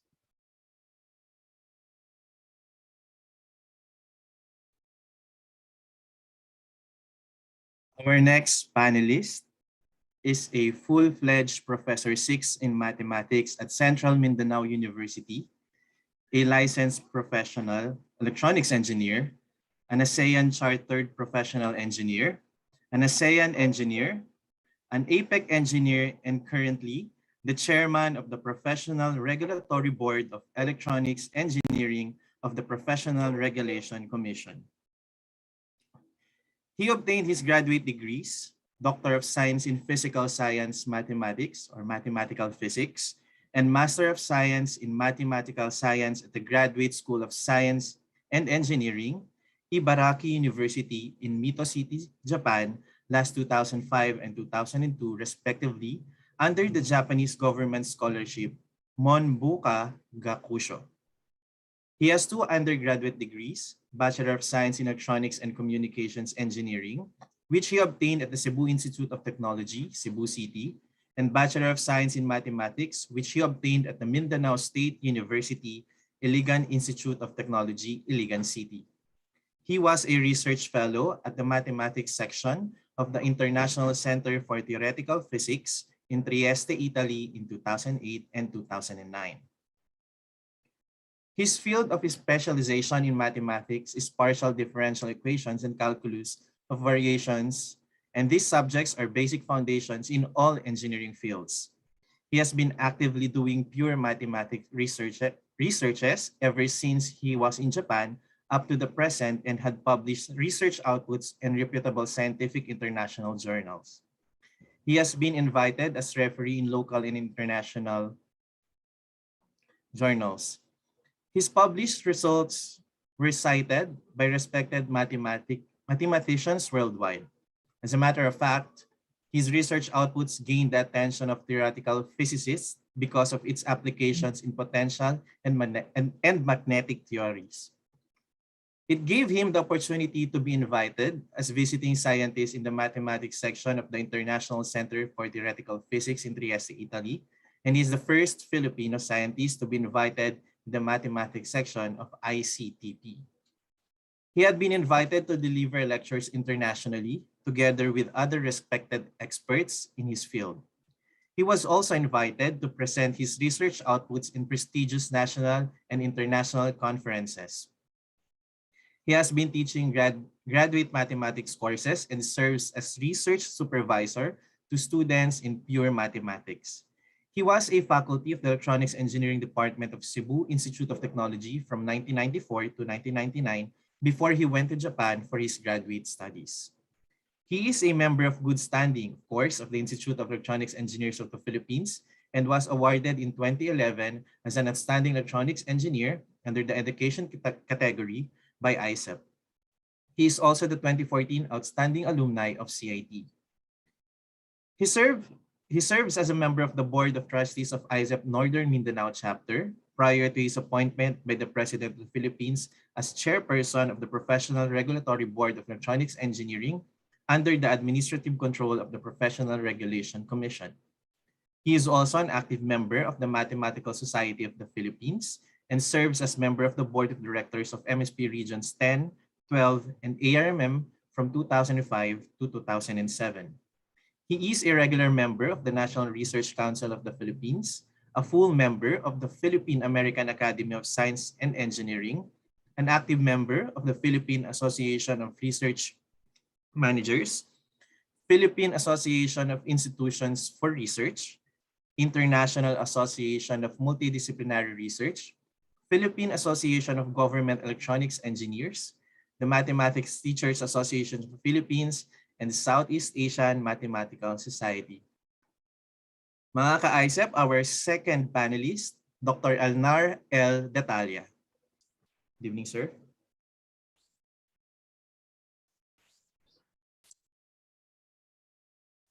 Given the privilege to introduce our next CA-USAP panelist is a great honor. He's a man of many involvements, entitlements, and awards. He graduated BS ECE, earned his master's in business administration, and completed academic requirements for Doctor of Public Management from his beloved alma mater, Pamantasan ng Lungsod ng Maynila. He has almost 5 decades of experience in the field of electronics and telecommunications consultancy, management, human resource development, network planning, engineering design and installations, repair and maintenance, including sales and marketing. He has enhanced his technical competence as well as his managerial skills by attending various seminars and workshops, local and abroad. He has strengthened and expanded his network through membership and active participation in various technical, civic, social, and industry associations. He was appointed by the President of the Republic of the Philippines as member of Professional Regulatory Commission, Board of Electronics Engineering in 2014. where he also holds chairmanship for CPD Council and the Career Progression and Specialization, Credit Accumulation and Transfer for Engineering Cluster. In addition, he's also a member of PRC's Special Investigation Committee. He was elected in 1998 as chairman and president of the Institute of Electronics and Communications Engineers of the Philippines.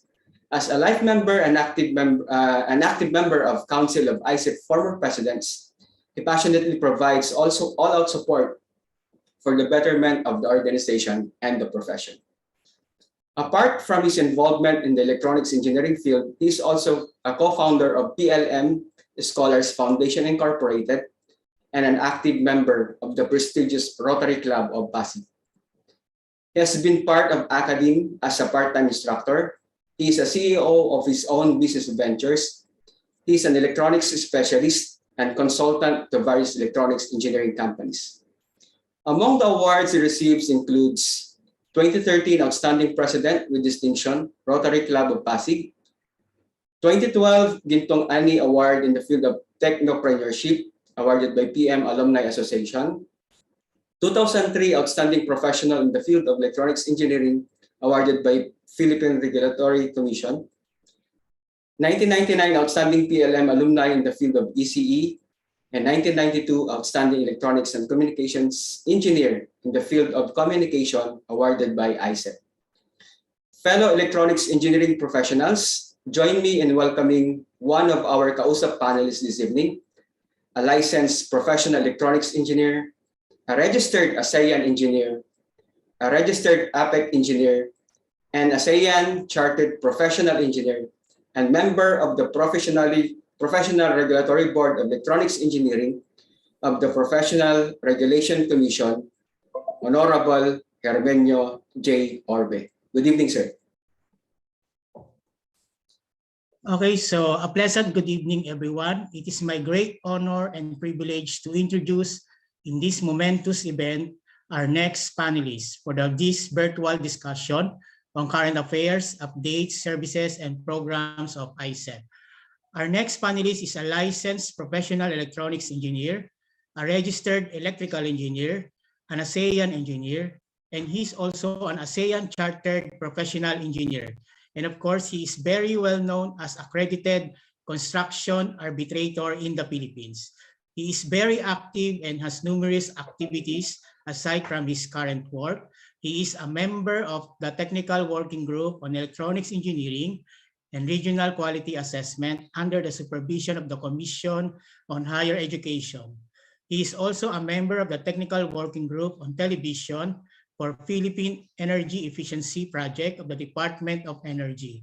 He is one of the representatives on Technical Committee 49 for piezoelectric, dielectric, and electrostatic devices and associated materials for frequency control, selection, and detection of the International Electrotechnical Commission, a chairman of Technical Committee 74 for electromagnetics compatibility of the Bureau of Philippine Standards under the Department of Trade and Industry, as well as the vice chairman of the Technical Committee 59 for audio, video, and multimedia systems under the Bureau of Philippine Standards. He is also a member of the Technical Committee 83 for clean room equipment, also with the Bureau of Philippine Standard.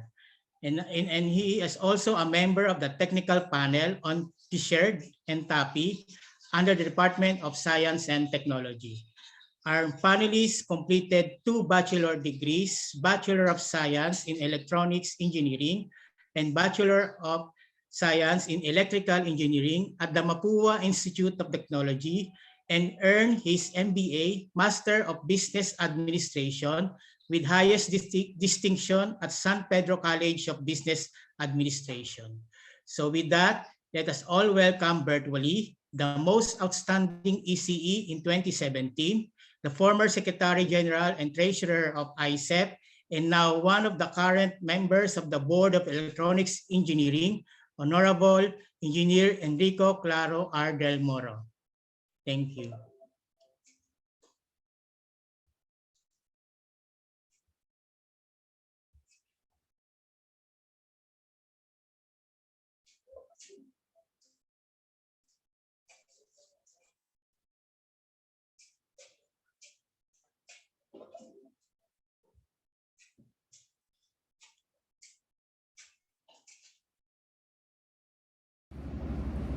Good evening, everyone, virtually. So it is my great pleasure to introduce to you our next CA-USAP panelist. He is a proud technologian, a product of Cebu Institute of Technology University with a degree of Bachelor of Science in Electronics and Communications Engineering.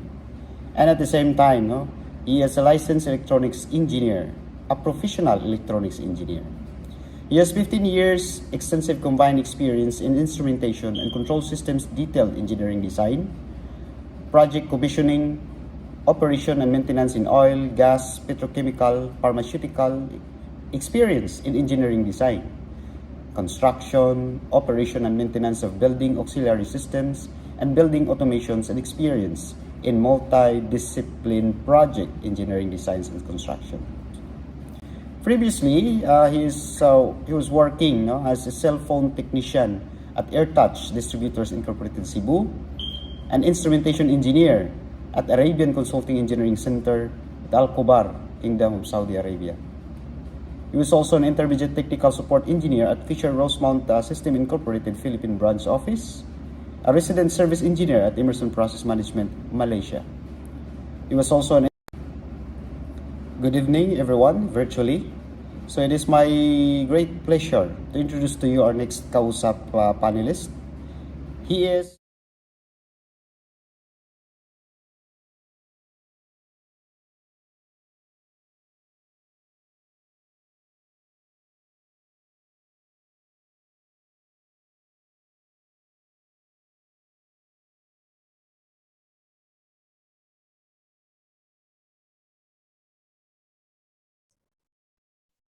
So while we are waiting from our technical team to show on who will be our, we have 7 salient topics for this IECEP CA-USAP. So we have PRC BECE, we have about IECEP National, we have about Electronics Engineering Code, we have Finance Committee, we have Membership Committee, about PAGE, the Philippines Association of Government Electronics Engineering Incorporated, and Secretary General.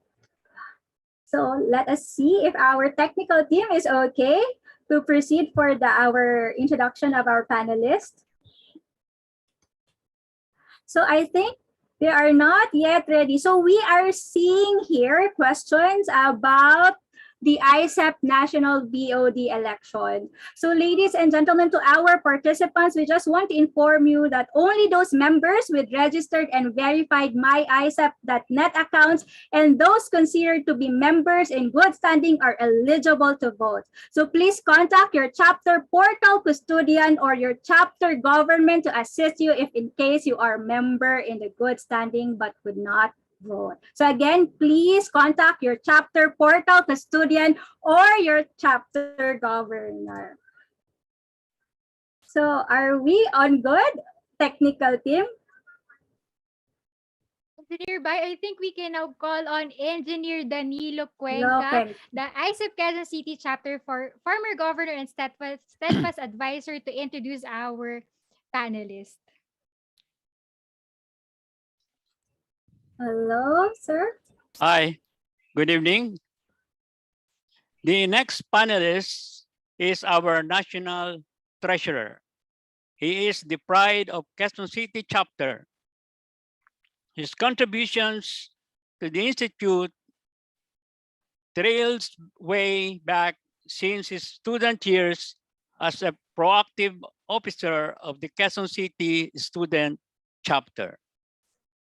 After graduating from the Ateneo de Manila University, he continued to passionately serve IECEP QC as board from 2014 to 2019, serving as Secretary General and Vice Governor for Education. In 2019, the general membership elected him as the IECEP National Board, making him one of the youngest national officer at the age of 27. Career-wise, he has contributed to various flagship initiatives of the Department of Information and Communications Technology, such as in the development of the digital terrestrial television broadcasting framework process for the selection of the Philippine third major telecommunications provider and implementation of the resilient government emergency communication projects. Ladies and gentlemen, engineers, our IECEP National Treasurer, Engineer Benz Gerald Sevilla. Thank you. A pleasant good evening to everyone. It is my privilege and distinct honor to introduce our next panelist. He is a professional electronics engineer, a Filipino ASEAN Chartered Professional Engineer, ASEAN Chartered Professional Engineer, ASEAN Engineer. He graduated from Cebu Institute of Technology with a degree of Bachelor of Science in Electronics and Communications Engineering, year 1995, a Customer Service Department Section Head of Yokogawa, Philippines Incorporated from October 1996 to August 2005, a part-time instructor of the EC Department of the Xavier University, Ateneo de Cagayan from November 2007 up to the present, a part-time instructor of the EC Department of University of Science and Technology of Southern Philippines from November 2016 to October 2017. He is presently working at Estiag State Power Incorporated in Cagayan de Oro City as an TXP expert and concurrently as Deputy I&C Lead Engineer, and currently a very active IECEP National BP Internal. Please join us in welcoming Engineer GC.O. De Toro Jr.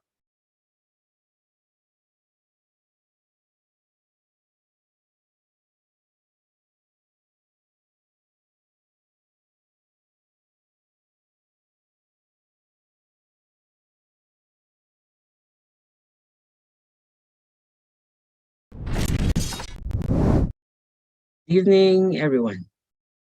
Right now, I'm going to introduce another CA-USAP panelist. He is a professional electronics engineer specializing in information communication technology management, ICT. He's currently working with the Bureau of Jail Management and Penology. And as a Chief ICT Planning Division, he is responsible in the design development of his agency's information system, strategic plan ISSP for 2016 to present, which serves as the basis for funding and implementation of its ICT projects that supports the government agenda embodied in the Philippine Development Plan. At present, he is undergoing scholarship program for Masters in Crisis and Disaster Risk Management from the Philippine Public Safety College, where he is academically working on the application of information and communications technology ICT for disaster risk reduction. Ladies and gentlemen, Engineer Ray Xavier L. Tristeza, ECE, ACPE.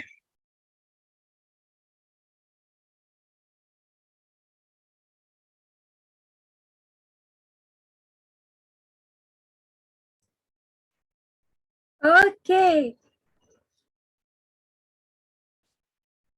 Thank you to all our governors.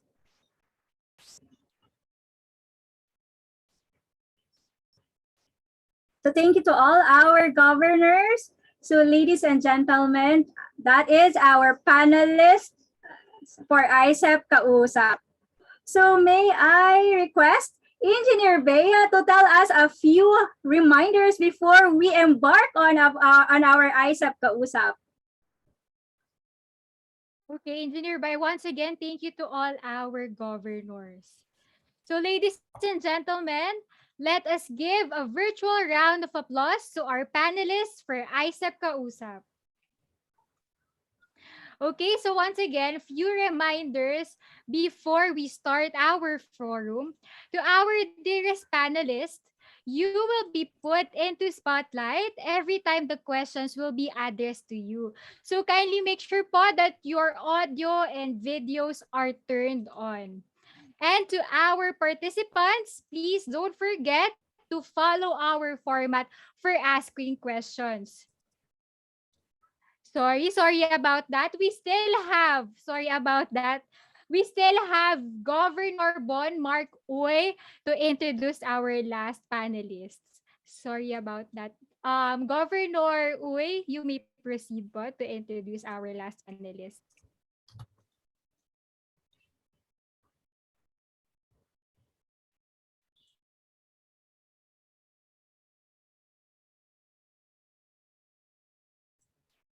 So while waiting to Sir Bon Mark Uy. Hello, sir. Yes. Yes. Mm. Hi.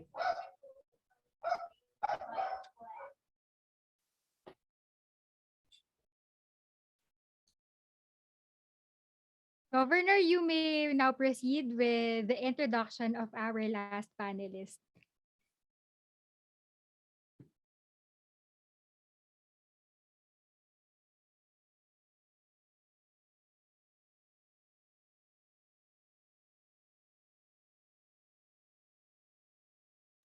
All right, while waiting to Engineer Bon Marco, don't forget to share our live stream to any of your social media accounts with the hashtag ISEPusto, hashtag ISEPEAGM2021, hashtag Mabuhay ISEP, and hashtag One ISEP. And also, as we experience the Kausap, just a reminder to those participants who will be addressing their questions live, please maintain proper decorum to enjoy the best experience of Kausap. All right, Engineer Bon Mark Uy, are you ready to introduce one of our panelists?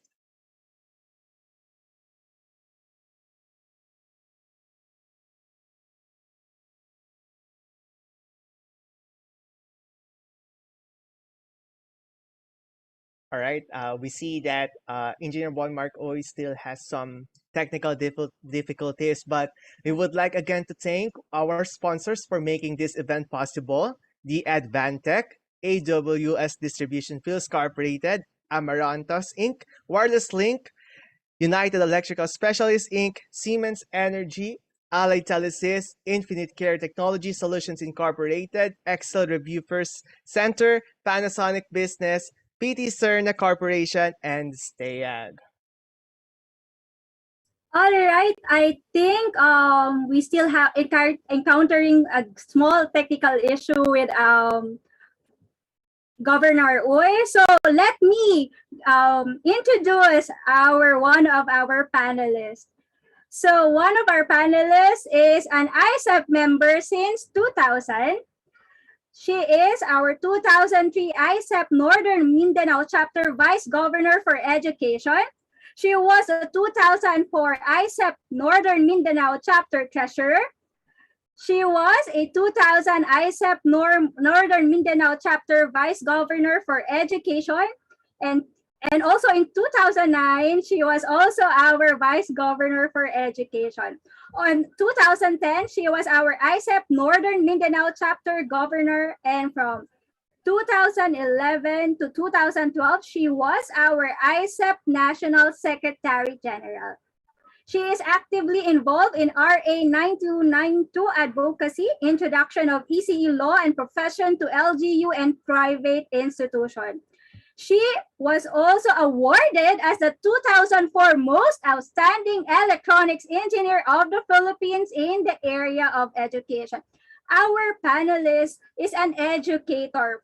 She is a campus director in USTP Alubjid campus from April 5, 2021 to present. Ladies and gentlemen, let me introduce to you, help me welcome our Secretary General, Dr. Lori Lisa D. Bulayon. So I think that is all our panelists for our IECEP Kausap. So now, moving on, Bay, can you please give our audience some few reminders before we proceed to our IECEP Kausap? So to our audience, I know that there are some technical issues. We hope that you are cooperating with us. So thank you so much. Bay, take it away. Okay, thank you again so much for our audience for your patience. But again, let me reiterate our reminders before we start our forum. Again, to our panelists, you will be put into spotlight every time the questions will be addressed to you. So kindly make sure po that your audio and videos are turned on. And of course, to our audience and participants, please don't forget to follow our format for asking questions. So again, we have two options. One is we will be you can ask via live, or well, for live questions, you just need to click the raise hand button. So we will let our technical team unmute you once the moderators will recognize you. So for the second option, it is to type in your questions in the Q&A section. So please make sure to state the topic first and then your questions. We will try our best to accommodate as many questions as possible within the given period. Okay, and of course, a very gentle reminder, let us all stay respectful, understanding, and professional at all times. All right, so Engineer Bai. Thank you so much, Bay. Thank you so much for those reminders. All right, guys, I think we are now all set for our IECEP Kausap. So we have already here few questions from our members who have reached out after learning that we have our interactive forum dubbed as our IECEP Kausap. So thank you so much, everyone. But to all our participants, please actively participate by asking questions in our Q&A box. Share your question to be enlightened and clarified, as this will be addressed later by our panelists. So maximize this time and take this a leap to be able to voice out your questions. So let us begin now for our first question. So this is addressed to the PRC BECE, requesting to put into spotlight Dr. Al, Engineer Rico, and Engineer Herminio Orbe. Okay, so I'll be reading the questions. So to our PRC BECE, are we producing enough ECEs to cater to industry demand? How are we able to match the fast-paced digital transformation, and are we ready for this emerging trends? Hello, sir. Good evening po for our BECE. Good evening. Good evening, Bai. How's my audio coming? Loud and clear, sir. Yeah, thank you very much. I'll do the honor to answer the first question. The question is, are we producing enough ECE to cater to industry demand? All I can say is that we maintain the standard, and it's up to the takers to cope up with the standard that we maintain. So we are not going to, mass produce ECE at the expense of the standard. Okay, so the board maintains the standard, and then it's up to the exam takers to really cope up with the standard. So we are not going to produce just to produce enough ECE for our industry. We have to maintain a level of standard. So that's my answer to the first question. So probably I'm going to give the floor to the two members of the board to answer the remaining questions.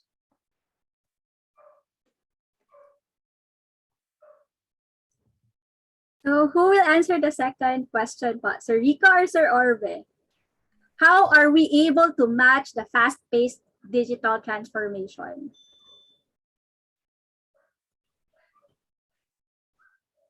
Yeah, go ahead, Rico. Hello, Sir Rico. Ipinasa sa akin. Okay, so how are we able to match the fast-paced digital transformation? So we have to understand that the curriculum that we are offering now, which has been crafted by a pool of electronics engineers a few years back, is the basic requirements for us to become electronics engineers. So the digital transformation is a part of the ever-changing world that we live in. But it is not possible for us to be able to immediately grab all the changes and immediately put it into the curriculum at the same time. So the fast pace of our technology is really running very fast, but the revision of the curriculum takes time. But we have to again remember that the curriculum is offering the basic requirements for us to become electronic engineers, and by using this basic knowledge, we will be able to match the fast-paced digital transformation, because the basics basically leads us to whatever will come out later. So if there are new technologies that are coming in, then that's the reason why we have continuing professional development, and new ideas and new knowledge is being offered to us, and that we should grab to be able to help us match the fast-paced digital transformation. Thank you. All right, thank you po, Sir Rico, for answering that question. So I think this one, the third question, is for you, Sir Orbe. So are we ready for these emerging trends? So I don't have any choice but to answer question number 3. But anyway, I think this is also, the questions are interrelated. In fact, when we say, are we producing enough ECEs? I think based on record, we are not.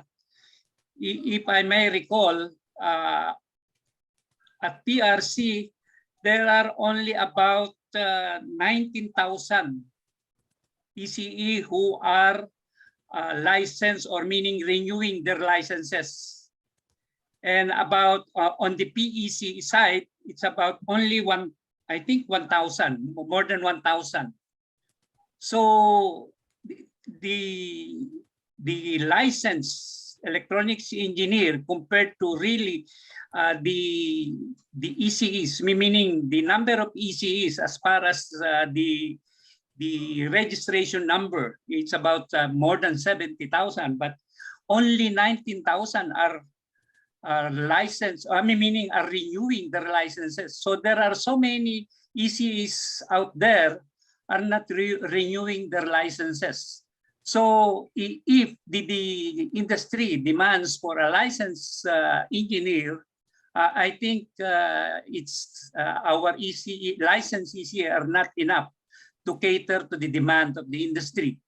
And in terms of emerging trend, I think, in my opinion, we are not yet ready on the emerging trend, because we lack the expertise.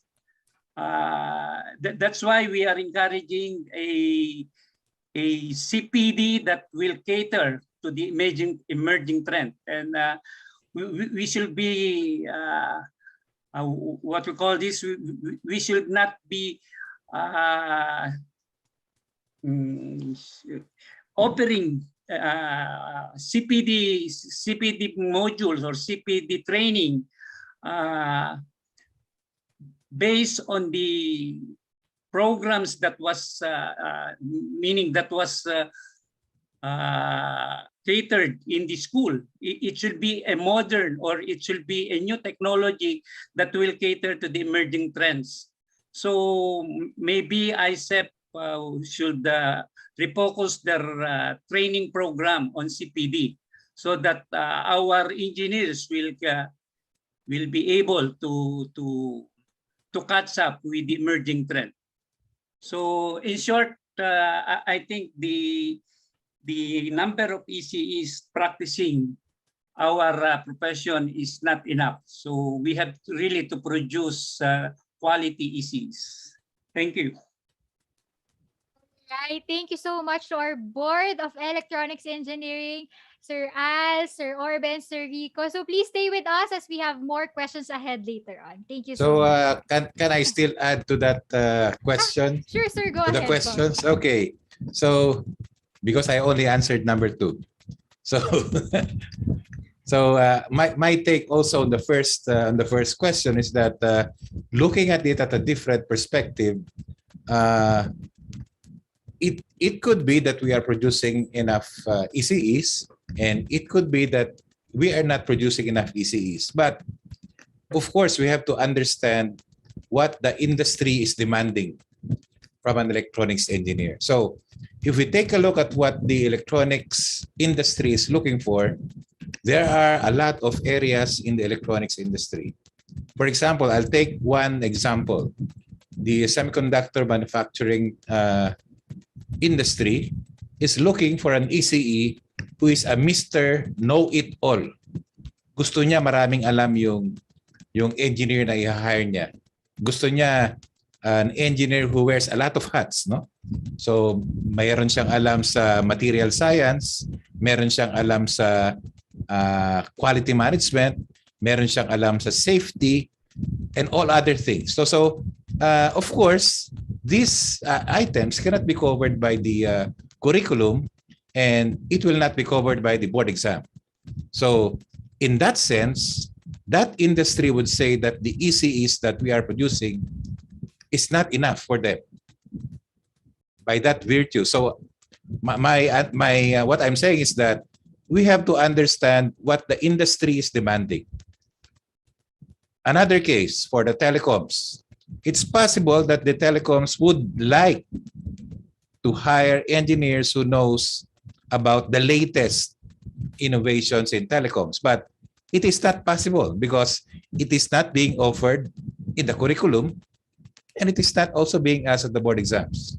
So more likely, the people that they will be hiring may not be able to do the things that they would want a new engineer to be doing, but they are offering interventions to allow these engineers to do what is required of them by offering them trainings.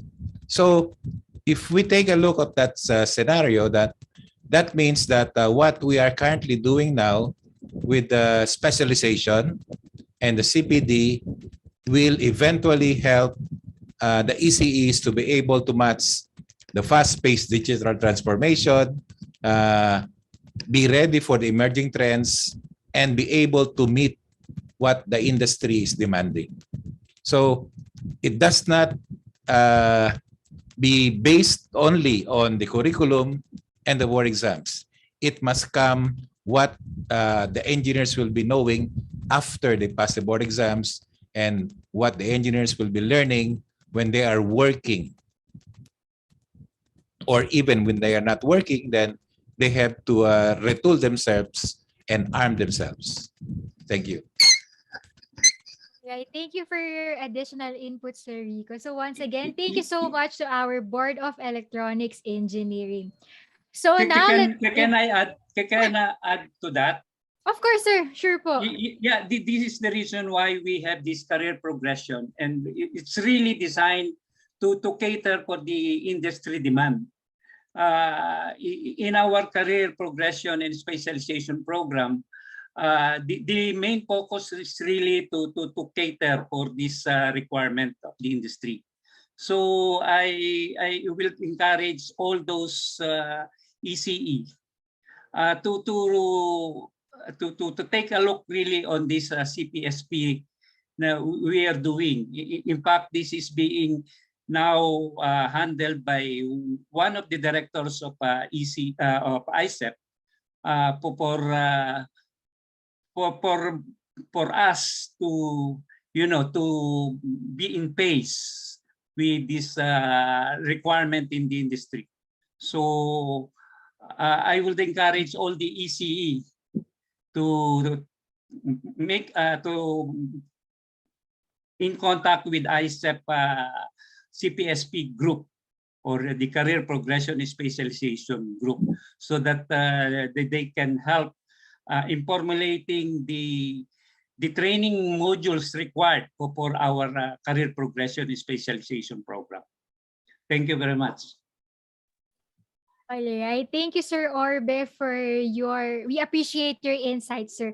So, again po, thank you very much to our Board of Electronics Engineering. We will still accommodate more questions regarding PRC in a while. So now let us proceed with the next topic. The next question.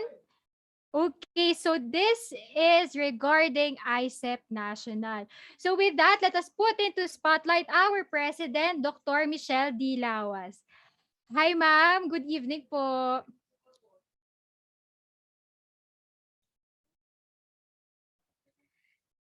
Doc Michelle?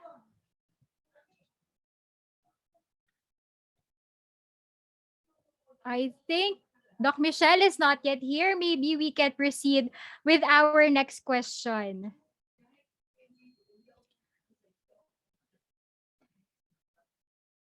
All right, let's move on to the next topic. This question is addressed to the electronics engineering code. So let us all put into spotlight. All right, Engineer Anthony M. Laid, PECE. All right, here is your question po. How is the ECE code, its committee, and its output relevant to today's world? What are our plans to intensify our efforts into ensuring that ECEs are equipped with the technical knowledge and know-how regarding the latest technologies? There you have it po, Engineer.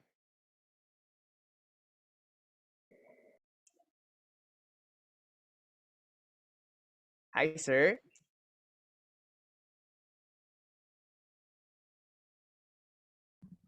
Hello, good evening. Hi, sir. Yes, sir. We can hear you na po. I'm currently on the go. Nagdadrive ako pero I will answer that question. Okay.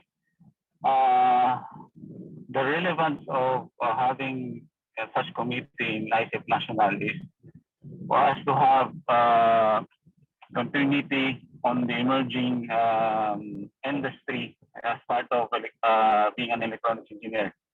Just like what being discussed earlier, there are a lot of trends now that still our ECE code committee or IECEP as a whole needs to catch up. No? So at the moment, we are developing areas of concerns to be included in the best practices manual as handbook for reference to our electronic engineering members. Because being part of the construction industry, I realized and I observed na wala po tayong mga references na magagamit, no? Kadalasan, we're just relying to international standards.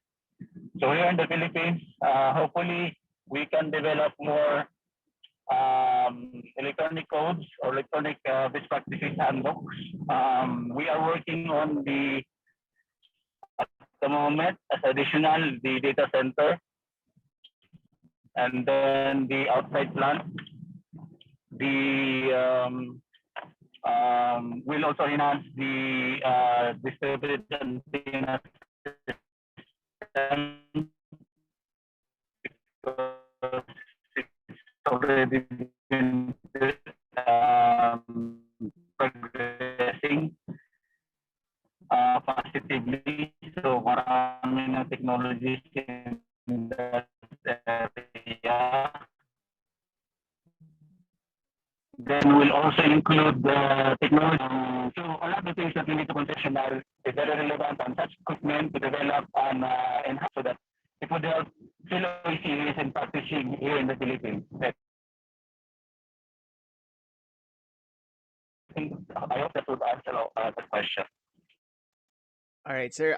During your last question, during your last answer, sir, it appears that you have some connection issues, sir. But maybe that is good muna for this time. We will be seeing you po later on. Pero sir, stay safe po tayo, sir, while while driving po. All right. Okay, so now let us proceed with the next question. Okay, so the next question is regarding finance. So let us put into spotlight Engineer Benj Gerard Sevilla. Hi, sir. Good evening po. Hi, good Ayan. Hi, evening. Sir Can Benj. you hear and see me? Yes, sir. Okay, sir, for your question po regarding finance, can we expect more developments into ensuring our digital transactions remain secured amid the growing cybersecurity threats and the likes? All right. Thank you very much for that very wonderful question. Before I address that question, let me greet everyone. Good evening, and let me extend my thanks to Doc, no, who introduced me earlier. Greetings po from the fourth floor of the IECEP home, the national office. Ano, we are still here today. Nagpapagawa po tayo ng ating mga furnishings inside, no. Regarding the question, can we expect more developments? Definitely. And I also, in behalf of the Finance Committee, would like to thank the general membership for actively using our platforms, no, or digital payment platforms, for us to really come up with a more transparent and more accountable means of ensuring that there's cash flow for the organization. Specific to this question, by actually subscribing to these payment platforms, we are also adding a layer of security for our financial transactions. What do we mean by that? Before, no, our traditional way of doing things was we provide our payments to our chapter officers, we provide payments to our secretariat, etc. But by introducing technology, we're also able to introduce new ways of audits, new ways of able to track, no, the different transactions, and with that, no, we maintain a high level of service level agreement with our payment provider, and such we are able to mitigate the effects of or the threats of cybersecurity. But let me just take this opportunity as well to remind the public, no, and our members that cybersecurity starts from you. Ibig sabihin po, be careful, no, also of the things we click and the pages we go to, etc. Always refer to the official IECEP national Facebook page, and of course our official IECEP national website for these links and the likes. So with that, I hope I was able to address the question. Thank you. Yes, Sir Benj, you were able to address the question. So thank you so much po, Sir Benj. So kindly stay put, sir, as we will be asking later questions relating to finance. So, okay, now let's proceed to the next question. So this is about membership committee. So I am requesting to put into spotlight Engineer Jessie O. De Toro.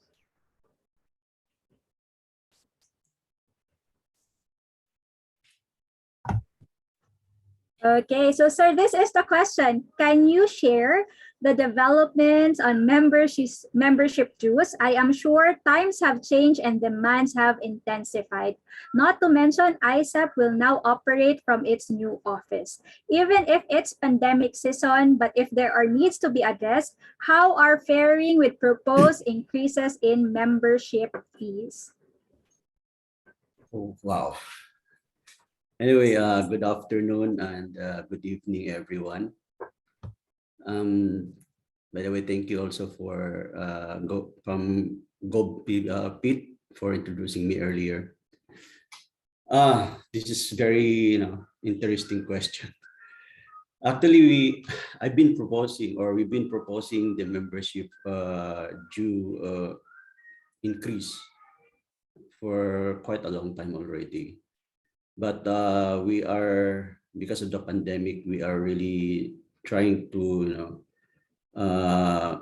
hinihigpitan muna natin yung sinturon natin, na hindi muna natin na-implement tong membership dues kasi alam naman natin lahat na naghihirap tayo ngayon. But of course, in due time, kailangan na talaga nating taasan kasi meron tayo, unang-una, napakatagal na nitong membership due natin.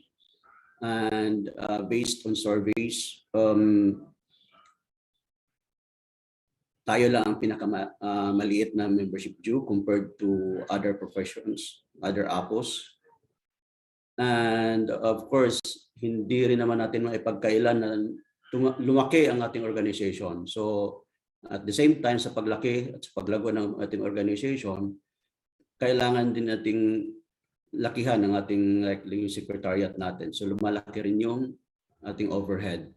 Kaya para, of course, kailangan nating sumunod sa paglago ng organization, yung paglago din ng ating office. So hindi talaga natin maiwasan na kailangan natin ng more kasi hindi naman income generating ang ating organization. So in due time we will implement the membership dues increase. I hope nasagot ko yung tanong. All right, sir. Yes po. Thank you po, Engineer D. Toro. We will be seeing you po later on po since we will be having more questions po. All right, but we're going to proceed na po to the next topic, which is addressed to the page po. So let us put into spotlight po Engineer Ray Saber L. Tristeza. Ayan po, no? So your question po is, how can PAGE and IECEP resolve issues of concerns regarding FDAS and other interrelated issues affecting the practice of profession? Hi, sir. You can start na po. Hi, sir. Good evening. Okay, akala ko kasi ako magtatanong. Anyway, the question is, okay ba yung audio ko, John? Hello? Some parts po of your audio is a bit choppy po, sir. Pero it is now good na po. I'm on mobile. Okay, sir. Maybe we can try po. Ayan po. Okay, the question, we resolve the issue and other interrelated issues affecting the practice of profession. I don't think that there is actually an issue, no? Actually,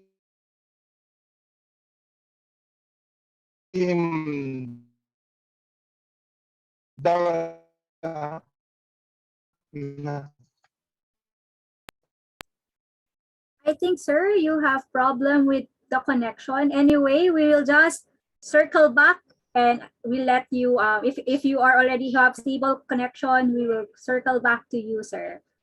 So anyways, now let us now proceed to the next question so that we can entertain more questions, especially that we have many questions already in our Q&A. So this question is addressed to our Secretary General. So can we put on the spotlight our Secretary General, Dr. Lori Lisa D. Bulayo.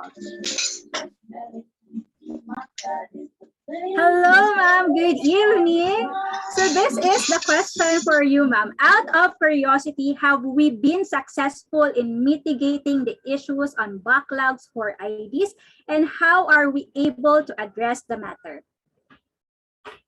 Okay, yes, thank you so much for that. Yes, I know that everybody is curious about the ID, especially our governors, no, who are the one who answers the questions or query from their members or our chapter members. Yes, we mitigate the issues in the backlog of IDs. I could say that for now, we are on the range of 80 to 85% of finally, no, kind of giving all. Hello, ma'am moderator. I'm sorry, no. I'm back. Napuputol. Yes, sir. Okay, so do you have already a stable connection, sir? So I think we'll just circle back to you, sir. After, if you have already stable connection, we will circle back to you. We will first give the virtual floor to our Secretary General. Sorry, apologies for that, ma'am. Can you please proceed?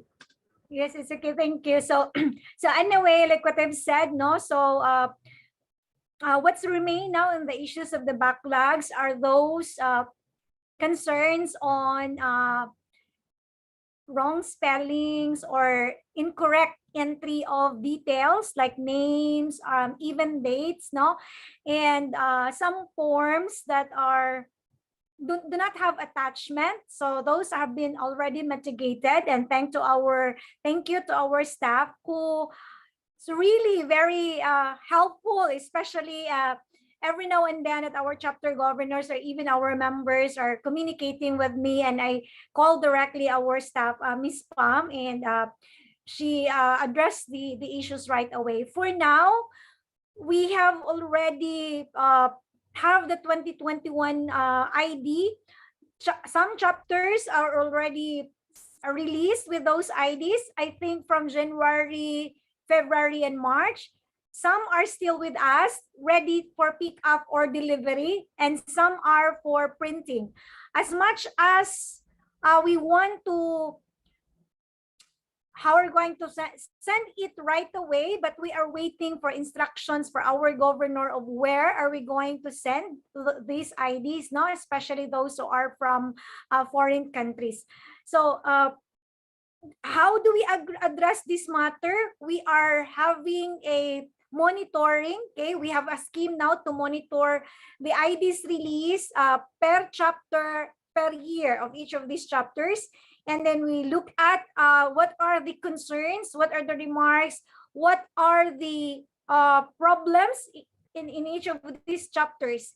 Another scheme that we are using now is we are having like a database for all of this, so that when there are queries like we haven't received it yet, but based on our record, we have already sent it, but we can also give detail to this person or to this member that we have sent it already to this address or this member of your chapter or officers of your chapter.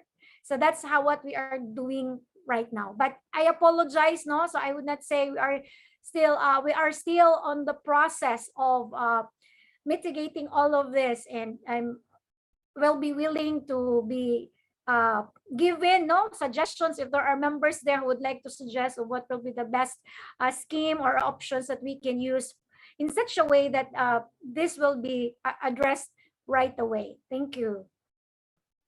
Okay, thank you so much, Ma'am Lori. So now, since Doc Michelle is now in our webinar, Doc Michelle, we have a question from you for you earlier. So we'll go back to that question. Doc Michelle? Hi, ma'am. You're still mute, so kindly unmute po. Yan, Okay. thank you. Hi, ma'am. Nice to see you, President. Yes, So, yes. so ma'am, for the question for IECEP National, what was the biggest challenge of IECEP this year, and how we were able to leverage the use of digital transformation to overcome these issues? Okay, thank you so much, Bea, and I'm so sorry for my late coming. No worries, Actually, ma'am. I logged in early, but of course I have to attend also sa other important activities in the external affairs of IECEP, just like the Philippine Technological Council during the 39th conference of ASEAN Federation of Engineering Organization. So we really have to also undertake all this invitation for our external affairs and collaboration. But anyway, let's go back with the question. What was the biggest challenges of IECEP for this year? Actually, to leverage the use of digital transformation to overcome these issues, actually, we have all the opportunities this time. For me, as your president, I really have to say this is an opportunity for all of us. Meron tayong aspect and meron din tayong some aspect of our lives na we can say that thanks to COVID. Because we were able to expedite and were able to utilize maximum utilization of our digital transformation. Napipilitan po tayo to bring everything online. And the biggest challenges, marami po, all of the target map for 2021 for IECEP, lahat yon challenges po yun ng IECEP. And I cannot just simply point out as, digital transformation, because digital transformation is just one, being the front line, no? And of course, no, with the help of our board of directors and all other agencies, no, who are implementing the digital transformation. You know how to overcome these issues? Very simple. All you have to do as an ECE, it is a challenge to all of us that we have to immerse ourselves in terms of digital transformation, and we will not wait anybody or any type of trainings and seminars. Yes, that is one for the revitalization of our membership, no, in terms of informative idea about digital transformation. But the challenges of IECEP for this year, yes, nakukuha po natin lahat yon, and tomorrow hopefully all of you can wait of my president's report, because all of the things, all of the matter, hindi ko kasi maisa-isa or mauubos yung time natin. But to able to leverage the use of digital transformation, yes, we successfully use the digital transformation. Unang-una is yung lahat po ng undertakings natin in the mid-year convention and in the e-AGM or even in a simple webinar, ginagamitan po natin yun ng mga digital payments and even digital, like in my portal. We really have to empower, and we empowered the portal, the use of portal, because from there, we can take off. Now we are really digitally transformed because of that simple utilization of what we have. So, marami po, leverage the use. We really have, you are all encouraged. For example, for this year, you are not allowed to vote if you are not going to utilize my IECEP portal. So with that, it is a challenge, and this is also an invitation for all of you to transform and migrate your line of thinking, your line of consideration in the use of digital transformation. Maraming salamat, Bea. Thank you very much po, Dr. Michelle D. Lawas. Please stay safe po.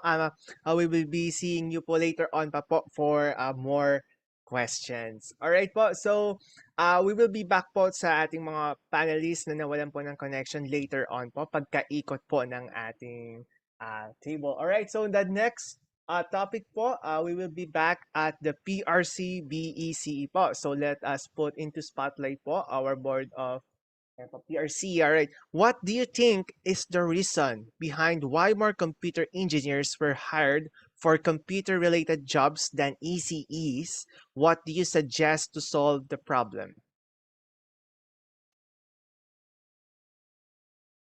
Okay po. So who will be answering po this question po?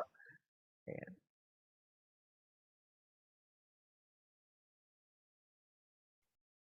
Okay, so I'll do the honor first, and then I'll let the. Oh, by the way, how's my audio coming, Hendrix? Okay ba? Yes, sir. Okay ba yung audio ko? Okay. Yeah. So I'd like to answer this question, and then later on I'd like to also solicit comments from the other members of the board. No. So why do you think that is the reason behind why more computer engineers were hired for computer-related jobs than ECE? Okay, we all know that this scope of computer engineering is ours.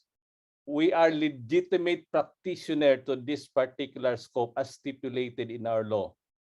But the thing is, pinabayaan natin eh.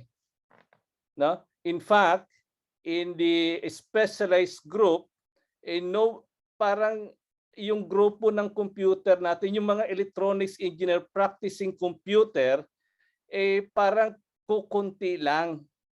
No? So it's about time that our electronics professionals who are expert in computers will be, dapat mag-active tayo. We should show it to the world, to the community, na active tayo, we are performing this particular task. Kasi ang nangyari, parang we leave that to them, no? Dapat tayo yung gagawa. The computer specialization group of electronics engineering profession should be active. Ipakita natin sa kanila that we are practicing it. So that's the only solution that I can suggest in order for these companies na instead of them looking at computer engineers, dito sila titingin sa atin kasi maipakita natin that we are practicing such scope. Okay? So my challenge to all of us, for those who are specializing in computer, no? So be visible. Be visible. And again, we are on the process of organizing the computer specialized group. May appeal to IECEP na tutukan natin itong grupo na to in establishing this group so that maipakita natin sa industry na we are practicing the profession. And that's the only solution that I can give, that we are going to show to them that we are really practicing SATs. Okay? So that's my take. And for additional inputs, I guess the two members of the board can also have their inputs. Thank you po. Sino pa po ang next pong gusto pong sumagot po? Okay. Sir Rico, Sir Orbe, do you want to add for Sir Orbe? Yeah, okay. Hindi ako ma-mute. Okay. So, siguro obvious yung reason why yung mga companies hinahire yung computer engineer because ang expertise ng computer engineers about computers, more on programming and also on system. And I think yung curriculum natin, medyo mahina ang focus sa computer subjects. So, since na merong program ng computer engineering, siyempre yung mga companies na talaga nangangailangan ng computer engineers, yun ang i-hire. So maybe we can align our curriculum para medyo mapantayan yung program ng computer engineering. I think yun yung nakikita kong rito, solusyon. It's yung mga companies talaga mag-hire yung competent sa computer sa computer system or computer programming kasi yung program ng computer engineering medyo focus talaga sa computer. Yung sa ECE marami tayong field. So I don't know kung kasi yung computer engineering way back 1960s pa ata yung program na yan sa CHED. So I don't know if we can match yung computer program ng computer engineering sa program ng ECE. So, yan yung take ko. Kanya mas marami ang kumukuha yung mga companies kinukuha ng mga computer engineers kasi talagang competent sila dun sa particular profession na yun. So, to solve it, I think we have to adjust yung curriculum and then also maybe kasi sila walang wala silang what you call this, wala silang license. So if we can provide maybe a way to give a license to computer engineers, maybe we can get back the computer engineers into our profession. So that's my take. Thank you. Okay, thank you so much, Sir Orbe. So, Sir Rico, do you want to add? Pinipilit niya ako sumagot eh. So, from my knowledge, no, when I was on my 5th year of ECE at Mapua, yung computer engineering students were on their 3rd year. So, ibig sabihin, nag-start na sila yung first graduates ng Mapua would come 1986, no? Parang gano'n, no? 1986 or 1987, no? Doon sila una nakapag-graduate ng engineering graduates, no? BS Computer Engineering. And the reason on hiring more computer engineers for computer-related jobs, I cannot say, no, kung ano yung reason behind. Yung sinabi ni Hermie is logical, no?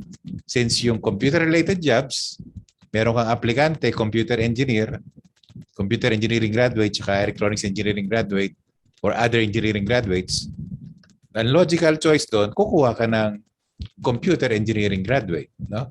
Kasi iniisip mo na etong graduate ng BS Computer Engineering would be able to handle computer-related jobs, no?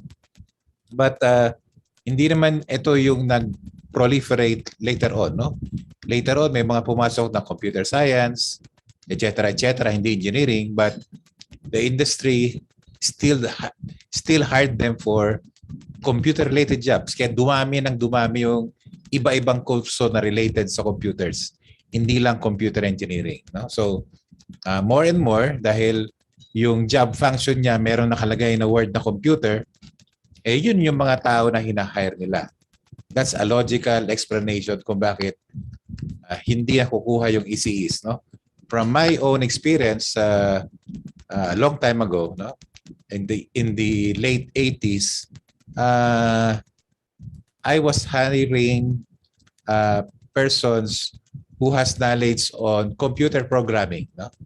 So inopen up po namin yung hiring, and mas marami nag-a-apply na computer engineering graduates as compared to electronics engineering graduates, no?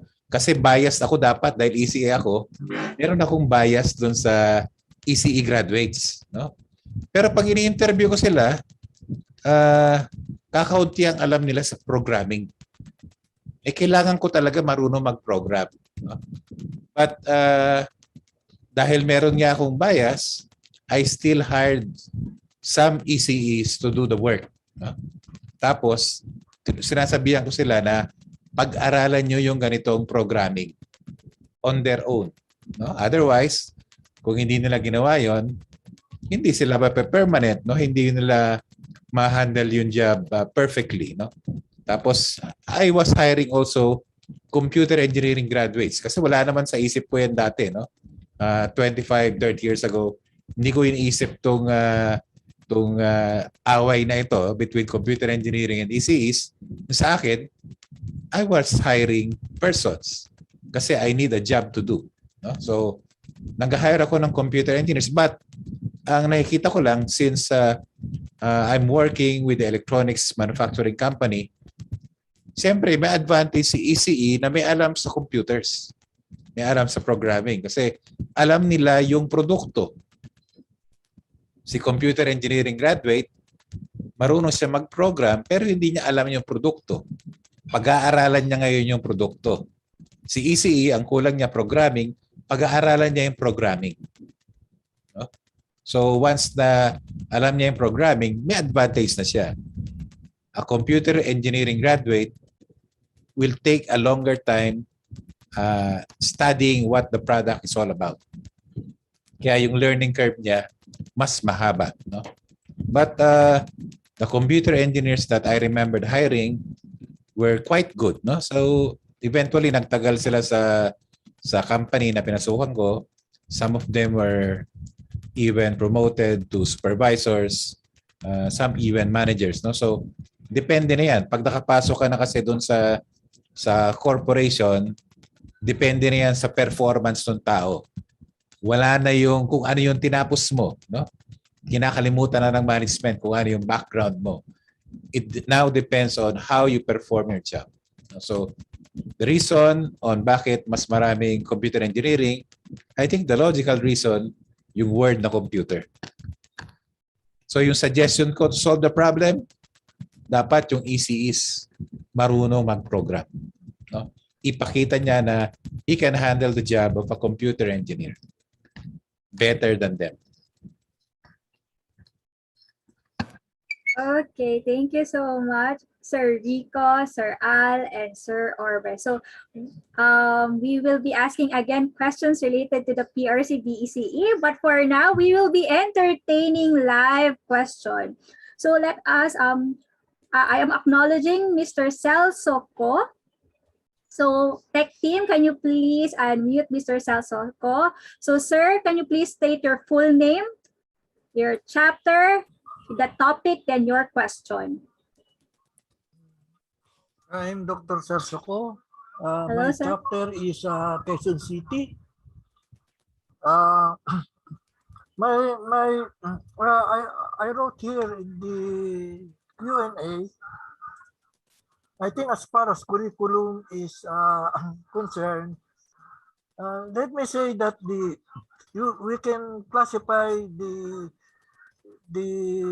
curriculum into 4 categories depending on how long it changes over time.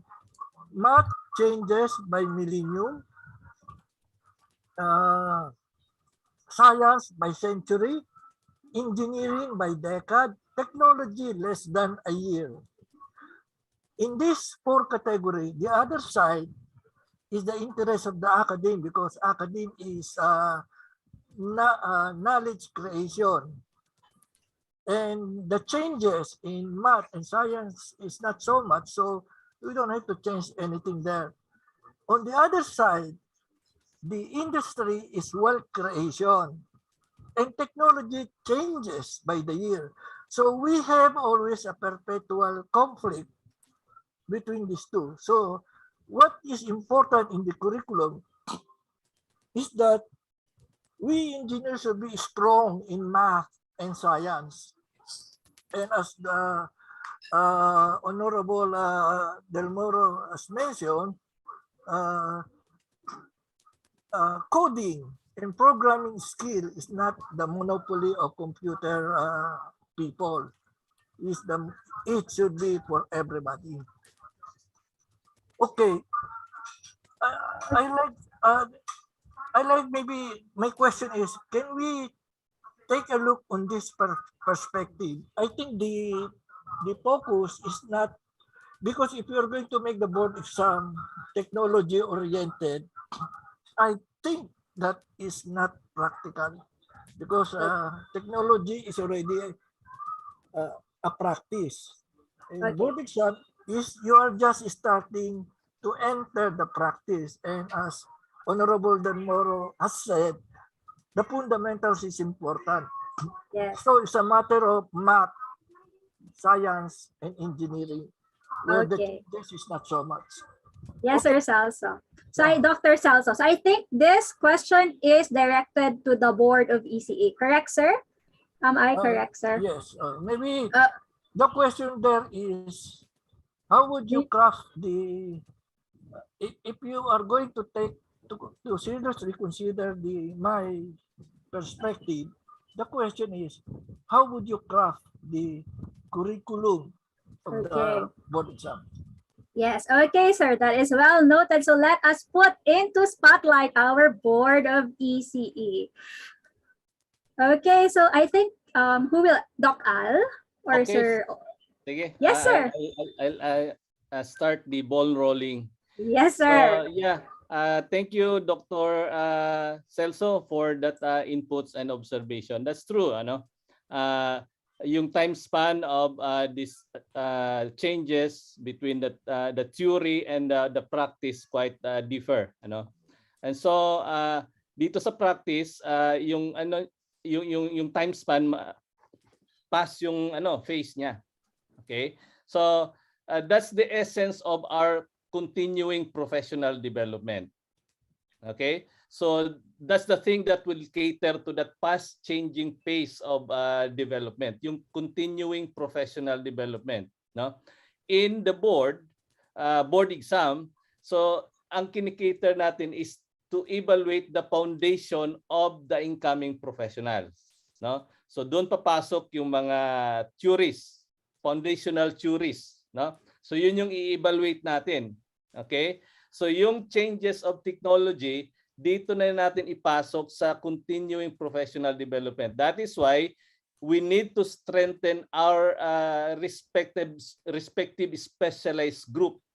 Kasi sila yung, that particular group would cater on the uplifting of our respective professional depende kung ano yung field of specialization na pinapasukan niya.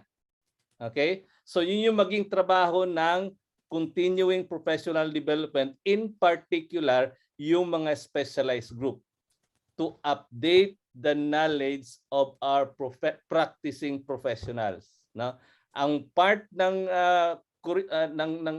scope ng board exam is just to assess the foundational capability of the incoming professional. Thank you. Okay, thank you so much, Doc Al. So are our other board of ECE, or are you going to add to that question? Yeah. Okay. Okay. So the question of Dr. Celso, kung ano ang paano ikakrap yung exam. I Yes, think sir. yun yung pinakatanong no? Yes, correct, sir. Yeah, the crafting of an exam by the board is based on the PSG or tsaka sa TOS. Actually, yung TOS, yung table of specification, is based on the PSG. Yun yung nasa curriculum natin. So, ang board, kung ano yung sa curriculum, yun ang ginagawa, yun ang kinakarap na questions. So, we are not going beyond what is required in the curriculum or in the TOS, I mean. So, ang pagkakrap namin is based on TOS. So, kung ang curriculum catered sa, let's say, sa technology, ang ikikrap namin is more on technology, kung yun yung nire-require doon sa TOS. Pero you are right, yung basic foundation talaga, yung math and science and engineering. Yung technology talaga nagbabago yan every year. So I agree with you. So talaga ang basic foundation is yung math, sciences, and yung engineering. So I think yun ang dapat maging focus nung basic engineering subject natin sa curriculum natin. So I agree with you. Yung technology, maaaring matutunan yan in the practice.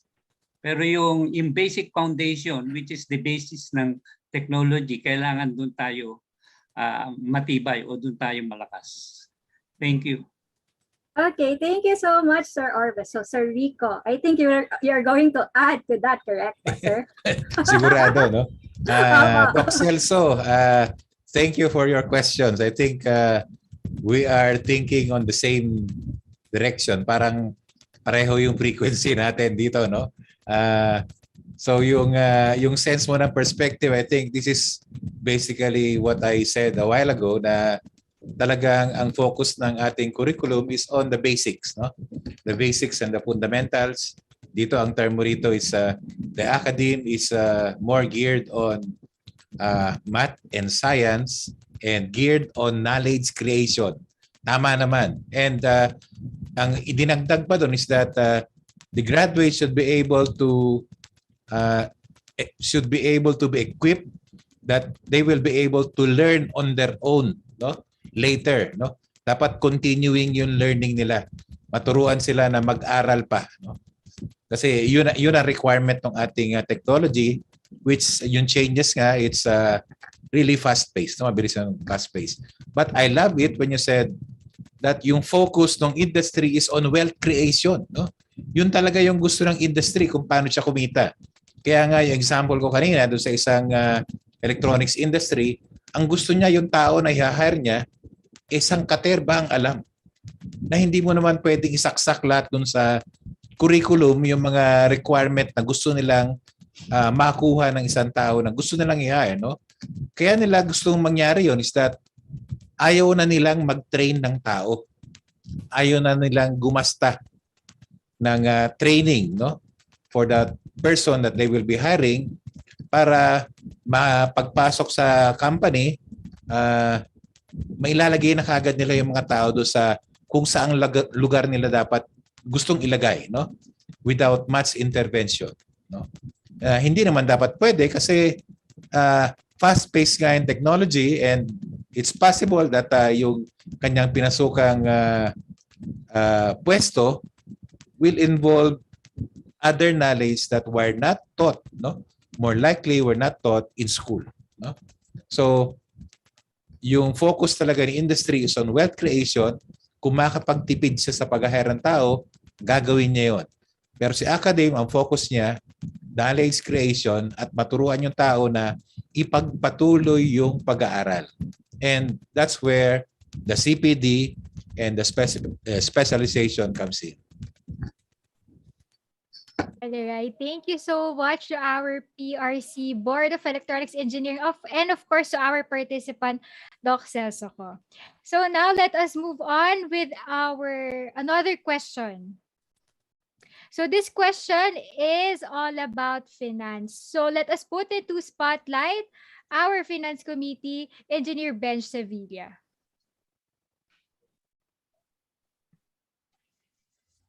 Sir Benj. Hi, good evening. Good evening again, sir. So, sir, we have a question regarding finance. With the acquisition of IECEP Home, which you have mentioned earlier, what will happen to the current unit at City Landshaw Tower? Yeah, thank you very much again for that question. And again, greetings po from the IECEP Home. I am now at the 3rd floor, kasi meron po tayong pinapagawa ulit dito. So, we're actively monitoring with the director live. The question is about what will happen to our current condominium unit dun po sa City Landshaw Tower. Currently po, we tapped the services of an appraiser for us to be able to have an informed decision talaga on what will happen on our current office. Depending on the valuation and depending or if there's an available possible tenant, we will be deciding whether we will be renting it out or we will be definitely disposing of its property at a very good value naman po dapat.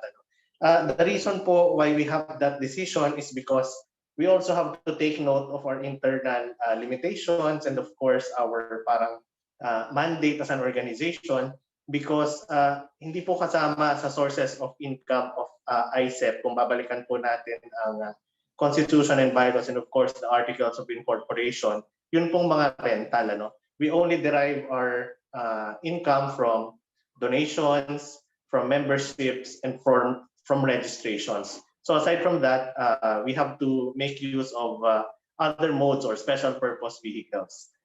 Specific to this, again, this is still a decision that will be decided, of course, or that we will be having a stand on this, but we will be basing our prospect regarding this based on data. So when the appraiser provides us the report, we will then be able to appropriately decide whether we will be renting it out or we will be selling it altogether for us to be able to focus on the current IECEP home. Thank you very much.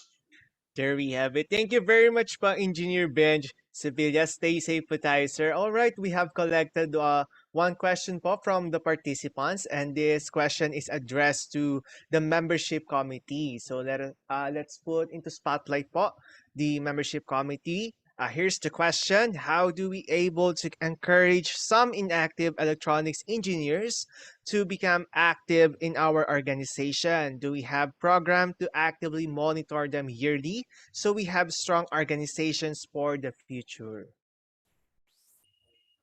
Okay, good evening once again.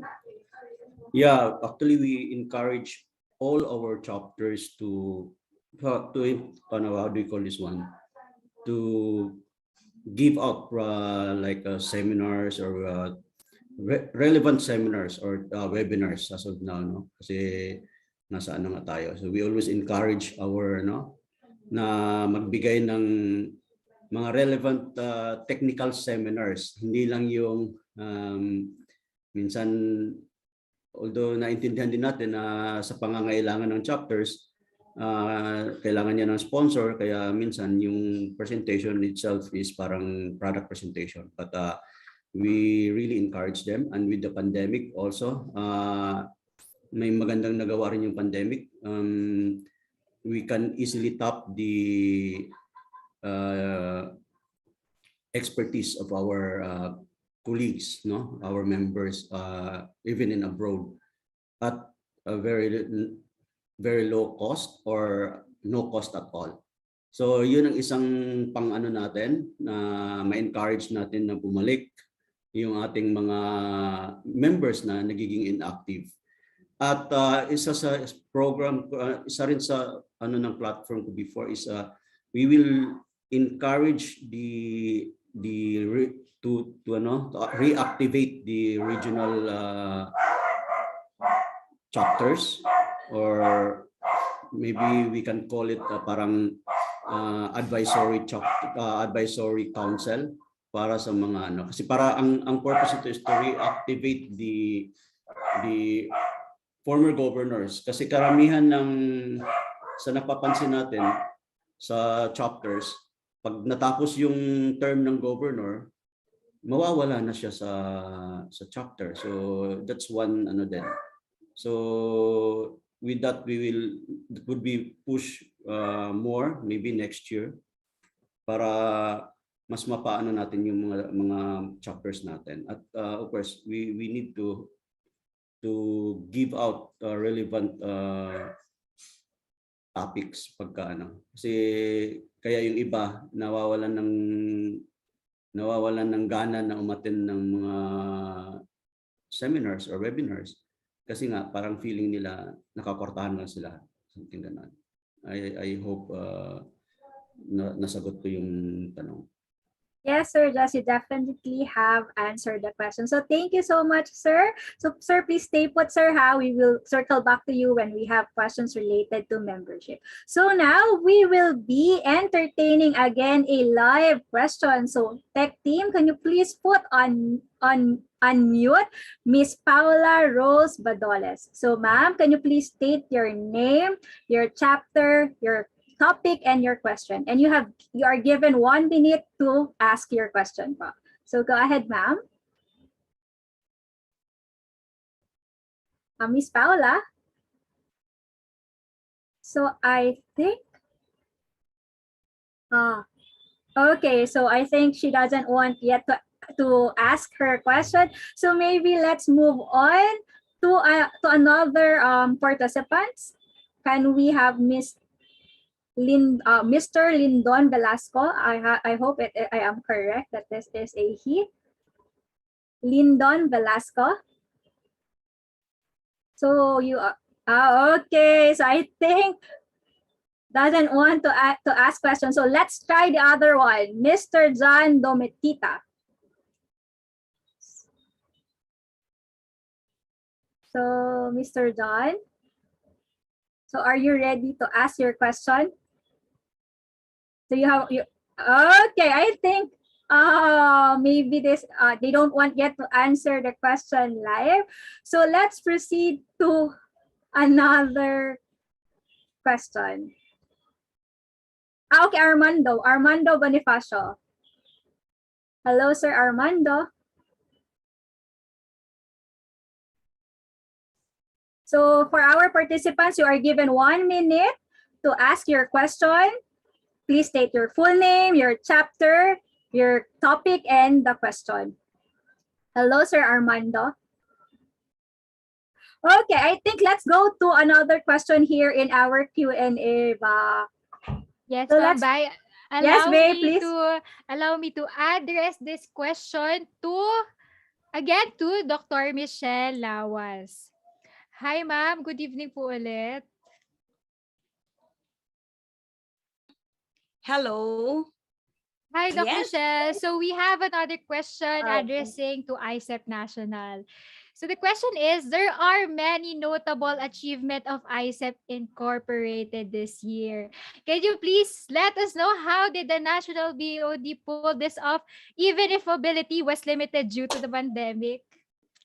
Okay, thank you for this question. And I really like the question because it gives us the opportunity to really come up with a good explanation with regards to the achievements. And I want to to inform everybody that the hero is not the ID, or it's not your national president or even the BODs.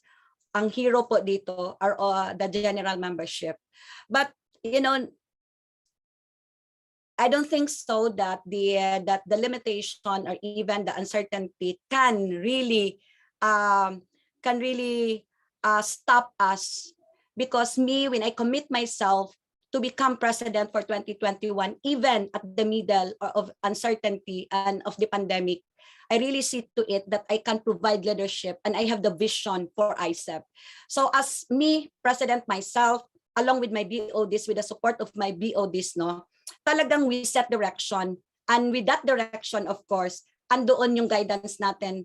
And everyone is set in motion. The chapters, all the committees is in support. Kasi nakikita nila how serious we are and how we really mobilize all our programs. Kasi when we set that, you know, that map targets for 2021, I really see to it na it is achievable, talagang makukuha natin, it is time bounded, kasi nga dapat makukuha natin for 2021.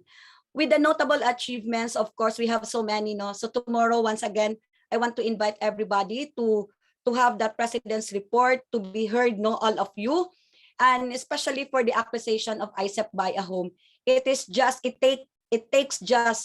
a guts for the leaders to really decide, or yung guts natin na iti-take natin yung risk, whatever the risk we have, kasi pag puro po tayo apprehension sa lahat ng mga decision natin, natatakot tayo kung anong mangyayari, or even so long as we don't have any legal implication for that, talagang sinusulong po natin what is good, and you know, if the intention is good, is noble, talagang pinupurso po natin. So again, the commitment for this year, for 2021, we have targets about 95 to 100% of our targets for this year.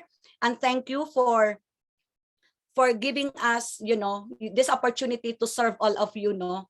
So paano ba natin talaga na even with the restricted mobility, or yung mga I'm lost of words, no, kasi nga I'm with Engineer Tristeza a while ago for the signing of MOA for our page, no, and alam niyo lahat ng tinatarget po natin for this year is talagang nakukuha natin. All we need, kailangan lang natin ng focus, and we need to provide again direction and leadership for us to really come up with a good achievements and a notable achievements of IECEP this year. So hopefully na-appreciate yun ng general membership, na-appreciate po lahat ng mga ginagawa natin, and this is for all of you, and this is for IECEP and for the future of IECEP.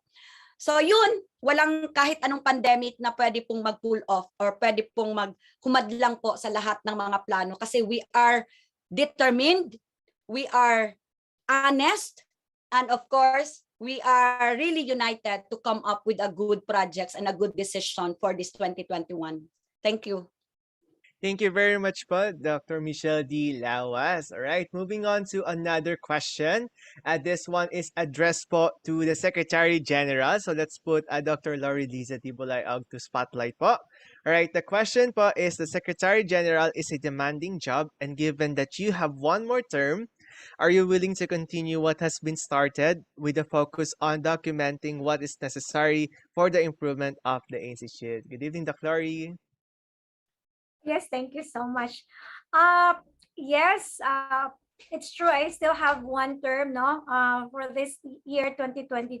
My answer is yes, if the next administration would still want me, or I have done something, or I have the things that we have started now in the secretariat, or all of these things, no. If the next administration, especially whoever will be the president, would still want my service as Secretary General, I would love to do so. Thank you. Okay, thank you so much, Ma'am Laurie, for answering that question po. So, Ma'am, we will circle back to you if we have questions related to section. So now we will be entertaining another live question. I hope that our that this participant is ready to ask her question. So I am recognizing Miss Monique Riambon. So ma'am, please state your name, your chapter, the topic, and then your question. You are given 1 minute to ask your question.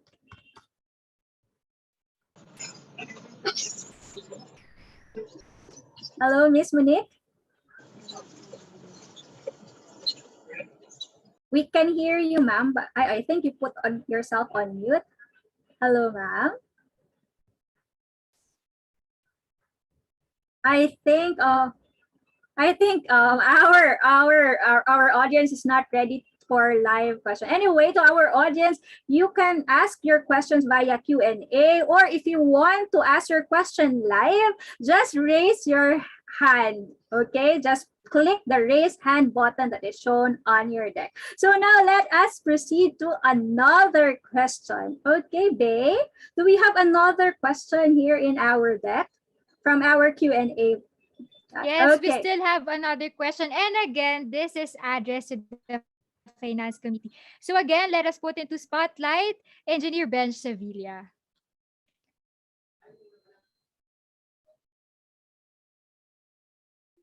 Sir Benj, Sir Benj.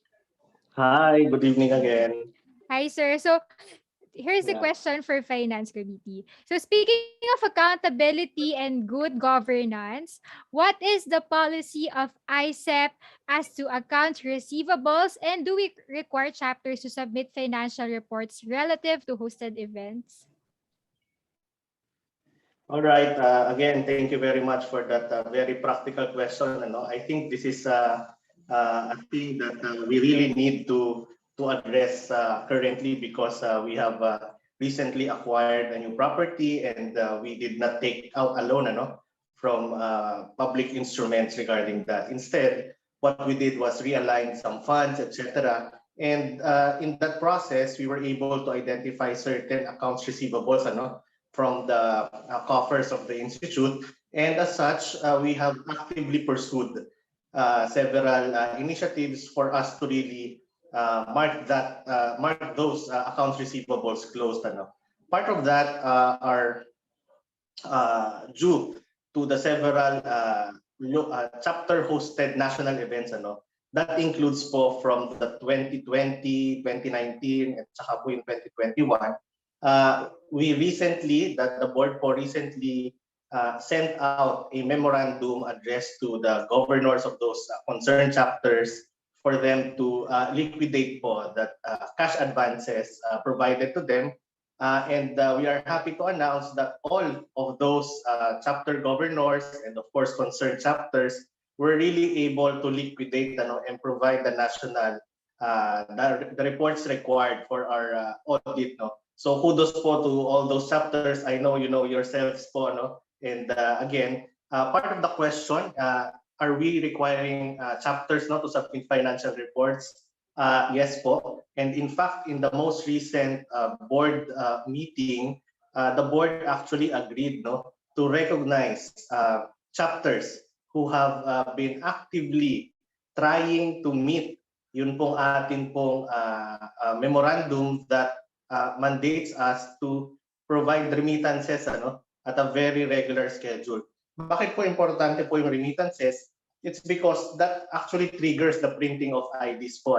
So really, when we remit on time, when we abide by the schedule, we are also providing a way na para maging predictable kung kailan po ba mapiprint yung mga IDs. So with that, again, aside from those initiatives, of course, many of us might be asking, ano pa ba yung ibang accounts receivables po of IECEP Inc.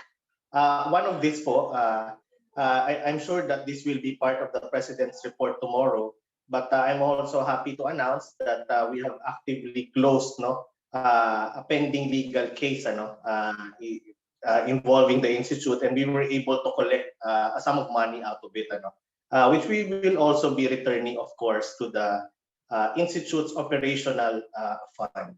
So with that, I think I was able to substantially address the question, and let me bring back the floor to you. Thank you very much. Yes, sir. Thank you very much po, Engineer Sevilla. All right, let's go back po to our unanswered questions earlier. Let's see if our page committee is already here with us with stable connection. The page committee, can we put them into spotlight? Here is the question po once more. How can page and IECEP resolve issues of concerns regarding FDAS and other interrelated issues affecting the practice of profession?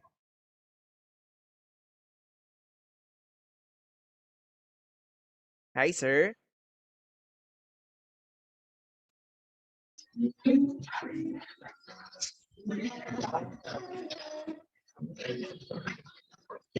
Hi, sir. As of now, we cannot hear you pa po.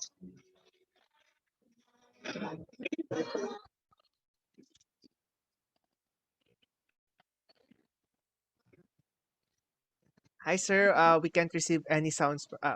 All right po, sir. I think we can skip the page in the meantime po muna. Let's go back again to another questions. All right po, this one is addressed po to PRCB ECE, Miss Bea. Okay, so let us put into spotlight again our Board of Electronics Engineering. So the question for our PRC Board of Electronics Engineering is, how did the pandemic affect electronics professionals based abroad? Are there available statistics as to their employment? Doc Okay. Al, So, yeah. Go yeah, ahead, with sir. regards to the first question, I should say that although lahat takot na positive, di ba, sa pandemic, but I should say it has positive effect. Why? Because magagamit yung profesyon natin. Ang profesyon natin ay naging bida.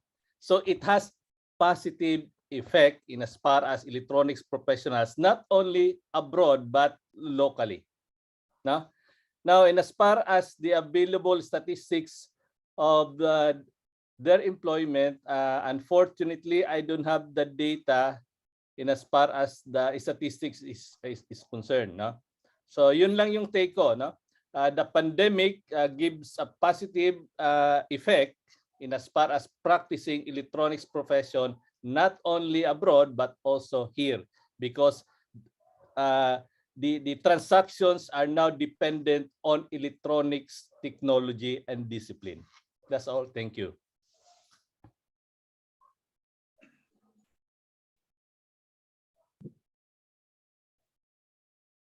All right, so thank you so much, Doc Al. So I think, Sir Orbe, are you going to add inputs to that question po, Sir Orbe?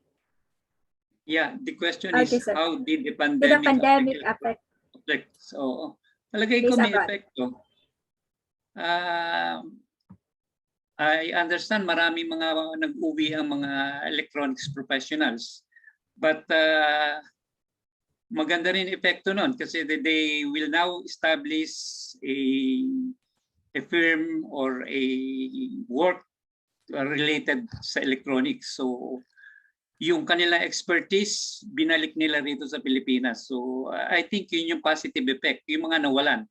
Pero yung mga professionals natin, merong questions kanina na about kung pwedeng pagbawalan yung mga electronics professional going abroad. I think wala tayong karapatan ng bawalan. No?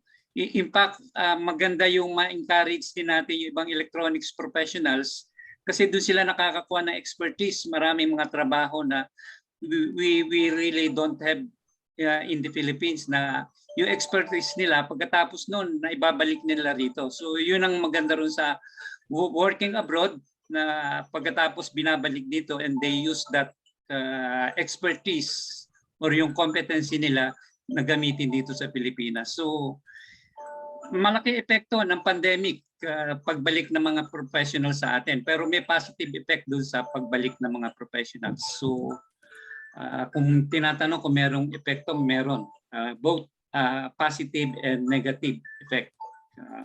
So yung available statistics sa employment, wala tayong yung available statistics. Maybe we can have that through the DOLE. They have that statistics. So maybe if we need really we can ask Dole for the statistics. Thank you very much. All right, thank you, Sir Orbe. And I know Sir Rico will also be answering the same question. So, Sir Rico, the virtual floor is yours. Okay, my thoughts on this question is that the pandemic is a global thing. So it is not only the electronic professionals based abroad who are affected, but also the professionals that are based locally. No? So pare-pareho lang po tayo ng sitwasyon. No? And I don't have any statistics on those electronic professionals that had been affected by the pandemic, but based on what we see, a lot of people lost their jobs or had reduced work days because of the pandemic. And we cannot do anything about that. The efforts are now being done to address the pandemic through the various safety and health protocols and the developed vaccine. So we just have to follow all those things that are given before us by our health professionals so that we could slowly return back the things that we are doing before the pandemic started. So my point is that I have no idea on the effects on electronic professionals. Even non-electronic professionals are affected by this pandemic, both locally and abroad. Okay, well noted on that, Sir Rico. So thank you so much for the board of ECE. We will circle back again to you once we have PECE related questions. So now let us again entertain live question, and I hope that our participants is now ready to ask their question live. So now let me acknowledge Raimundo P. Cruz. So please state your name, your full name, your chapter, the topic, and your question. Please note that you have 1 minute to ask your question. Mr. Raimundo P. Cruz. Okay, I think our audience are shy on asking live questions. So it's okay, guys. If you have questions, you can still put it via Q&A box. So I think Mr. Raimundo will not be asking question. Okay, we have one. I hope this one will be asking the question live. Mr. Aaron Apurada. Okay, right, Mr. Aaron Apurada. So please state your name, your chapter, the topic, and your question. And please note you have 1 minute to ask your question.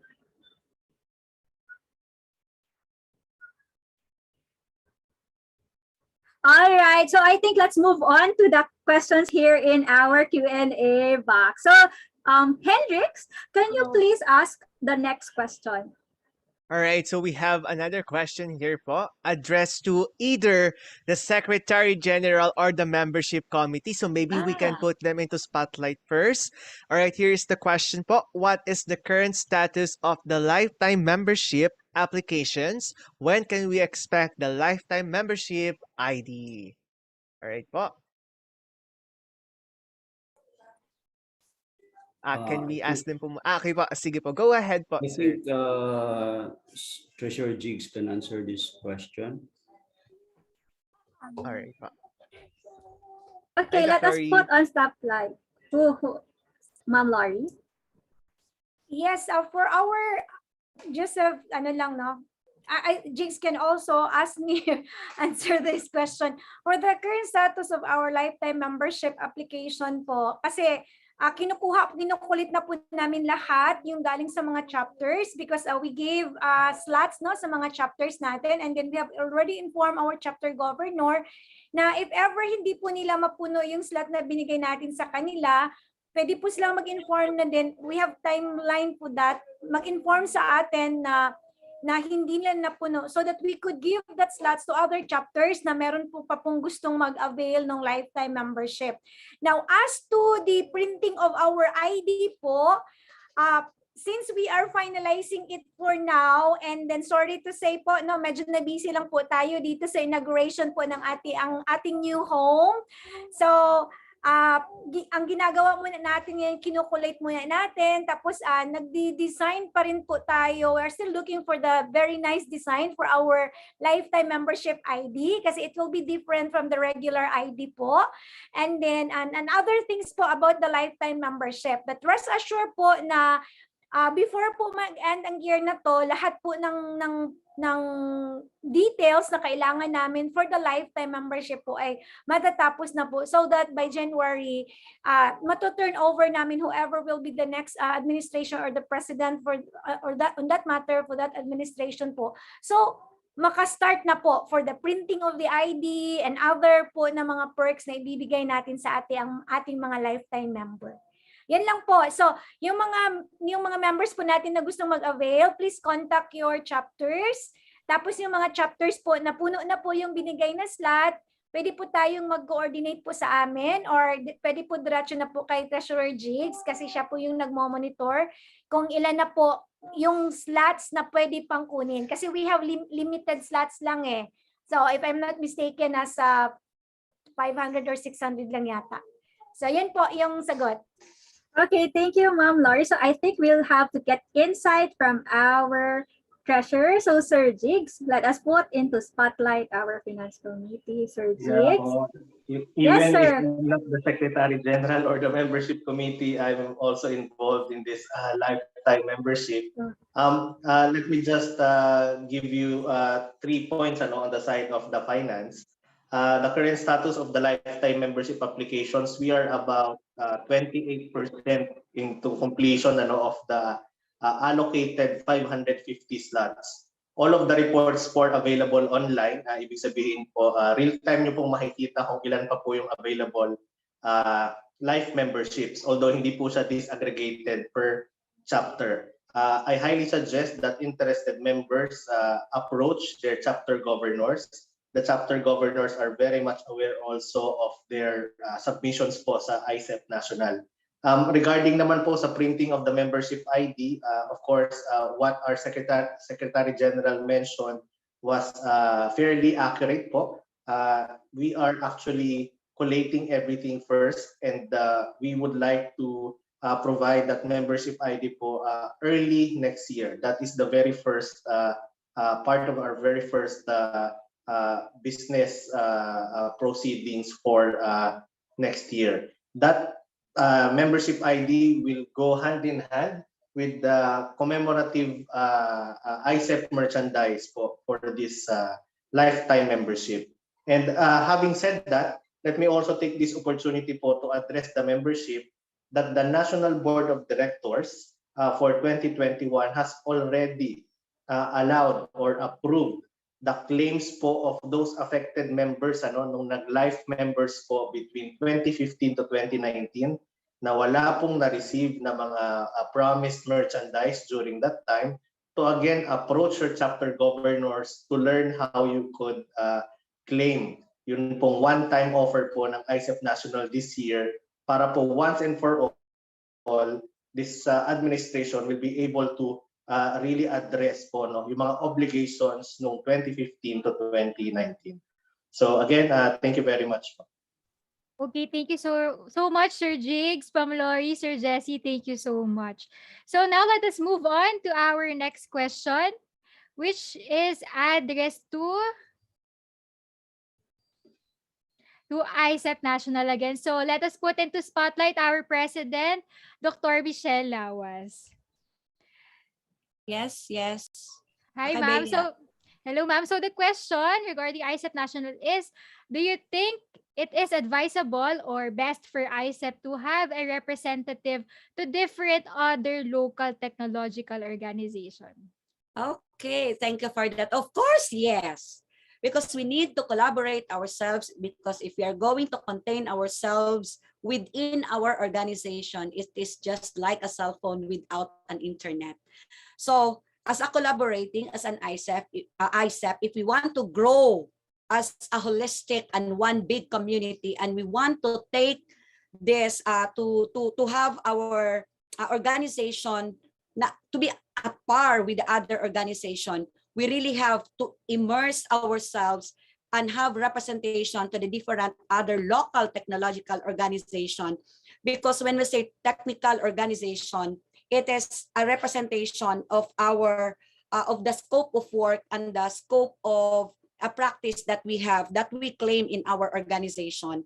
So alongside with the specialization committee, actually IECEP 2021, we are encouraged by so many invitations from different government agencies and different technological organizations, no, for our cooperation and even membership, because they always acknowledge now we are the front line of this digital transformation. And being the front line of that transformation, of course, we have to really submit ourselves to the different representation. Just like with the, for example, in the DTI for the BPS, or even in the Senate and in the Congress, and in the, of course, in the ICT and other technological organization, napakarami po ng invitasyon. And only this, I would say na yung mga previous ano po natin, we have representation for that. But the visibility of IECEP this time, I really encourage everyone. All my recommendation is given to all who has the capability and who has the ability to really represent IECEP in every organization. So thank you for that. I hope I answer your question. But let me ibalik ko yung question kanina sa page with the Professional Association for Government Electronics Engineer. In fact, 'di ba sabi ko kanina, ano yung kanina, because baka hindi nga makapag-join sa atin si Engineer Tristeza. Actually, just this afternoon, late afternoon po, we have a very serious meeting with the president of PAGE, and of course, pinupuntahan niya ako for a very serious meeting about this harmonization and synergetic activity for PAGE and IECEP to once and for all harmonize the expectation and the duties and responsibilities of IECEP, which is the umbrella organization, as well as the PAGE, which is also an acknowledged government organization of IECEP. They are all part of IECEP. So with that, I think I am very thankful, and this is one of the direction that we provide for 2021 to once and for all i-address natin yung natin in the holding in abeyance of the Bureau of Fire Protection.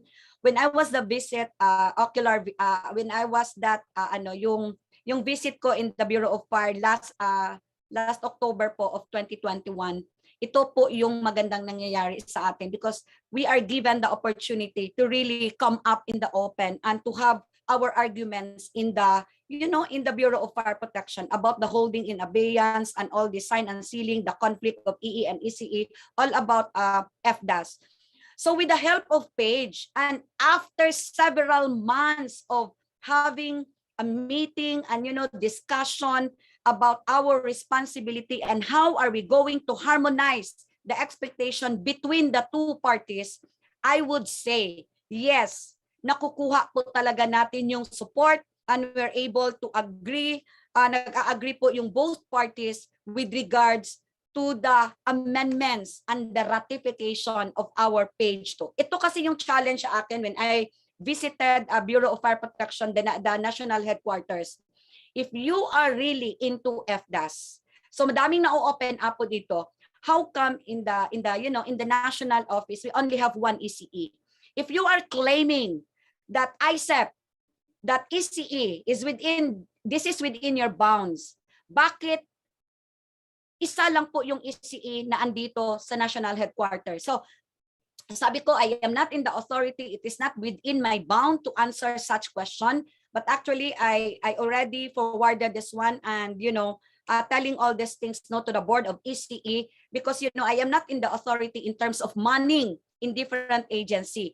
So ito na yung magandang nangyayari. So forward me all your documents related to the conflict of FDAS. Then I have to consider that one, and I give you such parang inclusion limit po. You have to forward whatever it is. So ngayon, this is it. So tomorrow will be the highlight of such activity for the signing of MOA and all the ratification and the harmonization of what we are for so long time na hinihintay po natin na magkaroon po talaga ng katuparan yung ratification and amendments po ng ating Book 2. So hopefully tomorrow is another day, is a big day. We are going to celebrate this milestone and all these achievements for all our undertakings. So hopefully makapag-join si Sir Tristesa kanina. He is in General Santos City. In fact, this is very timely kasi nga talagang nagmi-meeting and we really signed the MOA in front of our witnesses and all of that. So again, another milestone. Masayang-masaya po tayo kasi po nagkakaroon na talaga ng katuparan yung ating matagal na inaasam-asam po na FDAS ratification and amendments of our Book 2. Hopefully, the Board of ECE will accept our report and will accept this output of IECEP and PAGE, and of course, they will be recommending favorably and make a resolution for the acceptance of this to complete the process. So, salamat po. Thank you so much po, Dr. Michelle D. Lawas. We have another question po to be addressed to the membership committee. All right, so let's put into spotlight po once more the membership committee. Is it possible to implement 5 years validity for IECEP membership and for regular members? Go ahead, sir. Good evening once again.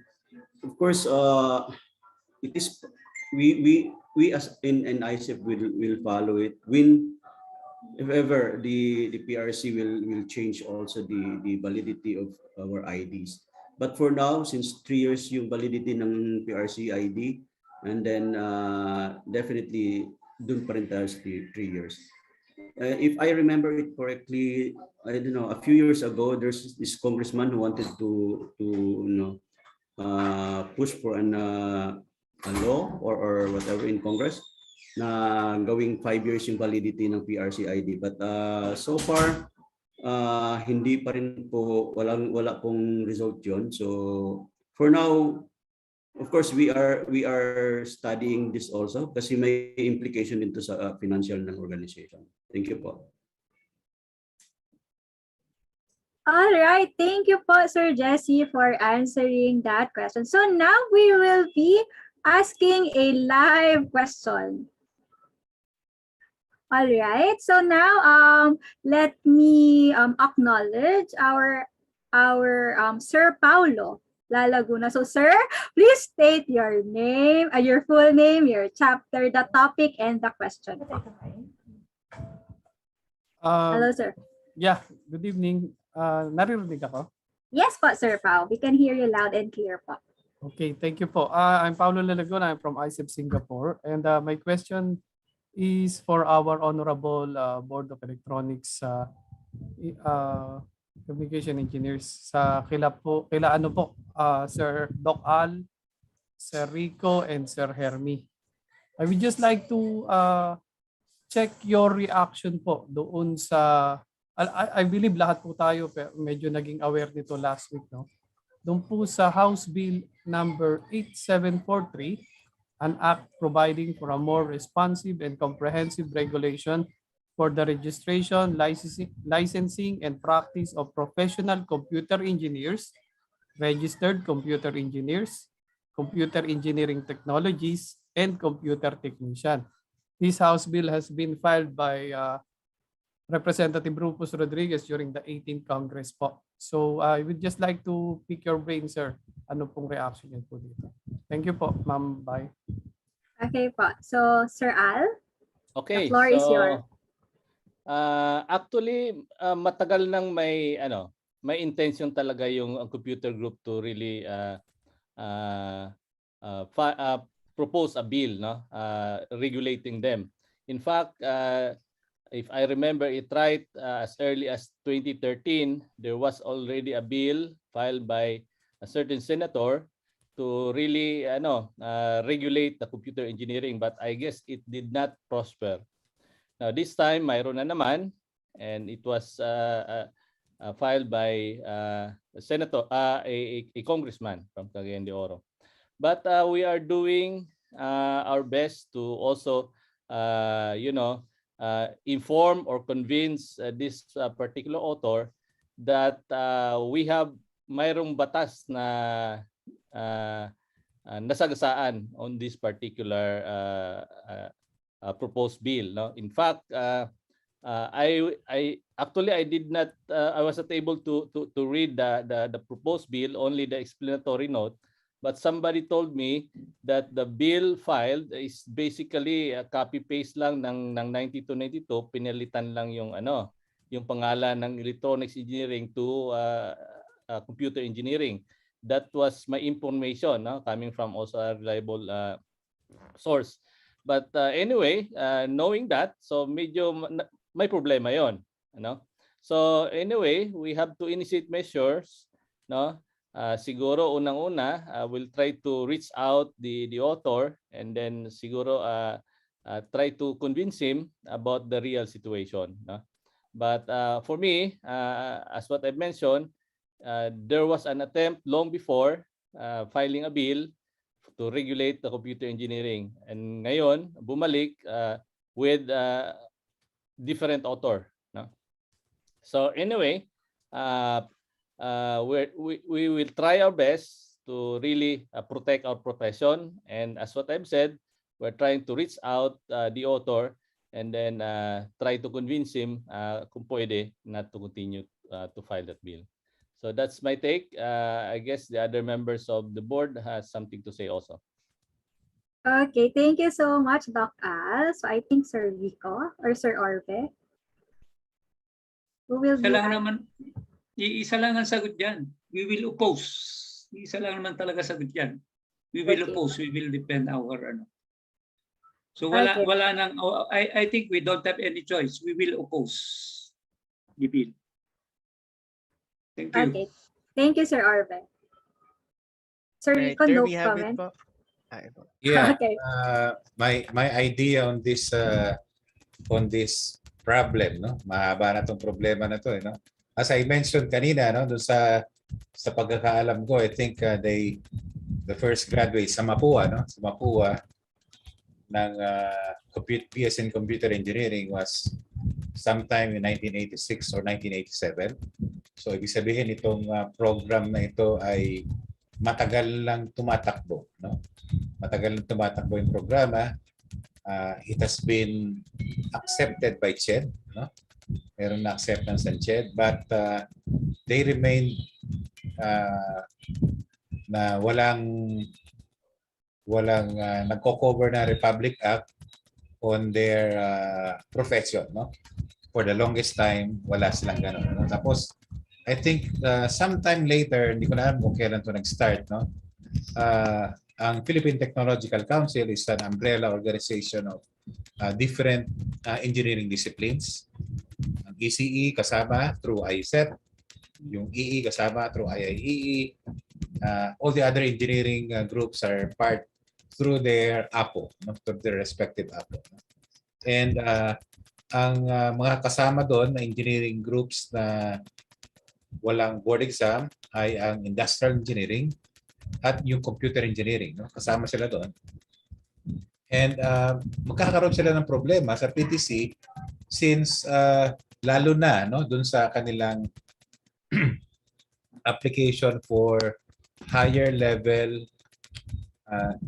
engineering certifications like ASEAN engineer and even probably siguro APEC engineer, kasi wala silang licensure kagaya ng ibang engineering discipline. Ang ginawa ng industrial engineering yata is that they instituted a certification scheme through the Securities and Exchange Commission. Tapos nagbibigay sila ng certification exams for industrial engineers na hindi outside of the PRC, no? So sila yung nagbibigay ng certification as industrial engineers. And I think that is okay with the PTC. And initially ito yung ginawa ng computer engineers through their APO, IECEP. Nag-apply din sila ng certification program through the SEC. Ibinato ng SEC sa PRC, and we recommended a lot of changes and waiting for them to come back, but they did not, no? And sooner or later nalaman natin na naituloy pala yung certification scheme na yon as approved by the Securities and Exchange Commission, and they started issuing certifications for computer engineers, professional computer engineers, and whatever, no? Kung ano pa yung mga na-define nilang professions, no? Levels. And kasi nakita namin yung application na ito na gusto nilang mangyari sa SEC, which eventually was approved pala, no? And looking at this House Bill na in-sponsor ng isa sa ating magigiting na congressman, pag pinag-compare mo yung dalawa, yung House Bill saka yung certification procedure na sinabmit sa SEC, they look exactly the same. So that means this bill was drafted by the same group, no? Yung apo ng computer engineering, and that's ang point ko with this situation before, no, nung nag-start sila ng certification program, nung gusto lang mag-start, I myself, I told the current IECEP BOD at that time, no, na this is something that we have to look into seriously as early as then, no? Mahirap na itong salagin, no? Yung sinasabi ko, mahirap ito salagin. Sooner or later, makakahanap ito ng isang lawmaker sa Senate man or sa Congress na magiging kaalyado nila who will file the bill for them, no? And now it happened, no? So nangyari nga, no? So ibig sabihin, we have this coming to us for the longest time, no? Alam natin mangyayari ito, at ngayon nangyari na nga, no? Nag-file na ng bill, and ang sabi ko pa dati, no, na dapat pag-isipan na rin ng APO, ng IECEP, on how to delineate yung practice ng electronics engineering at computer engineering, kasi this is something that is very hard to stop, no? Kasi pag nag-file ka ng bill, sasabihin ng sponsors that meron tong economic impact, no? So kung hindi nyo ito i-allow, you will be depriving these people who are graduates of computer engineering the opportunity to earn and the opportunity to be licensed. So that is something that is very hard for us to answer, no? So we will try to oppose this with the help of IECEP, with the help of you, members of IECEP. Magtulong-tulong tayo dito on how we will be able to defend our profession, and how we'll be able to convince the lawmakers from making this bill into a law. If I may add, moderator. Yes, Sir Al. Go ahead po. Okay. Yeah, so the question now is, anong pwede nating gawin na to protect, na? So if we try to look at our current situation, para kasing kunti lang yung nagpa-practice ng computer sa mga electronics professionals. Or kung mayroon man, hindi siya organized. Kumbaga hindi siya visible. Now, pag ganitong scenario ang makita ng mga lawmakers, parang sasabihin nila na hindi nyo pala pinaktis yung computer kahit na nasa sa batas nyo. So dihado tayo doon. So babalik ako sa challenge ko earlier na dapat i-practice natin to, i-strengthen natin yung organization or a specialized group in computer, so that it would appear na pinapractice talaga natin tong scope na to. Otherwise,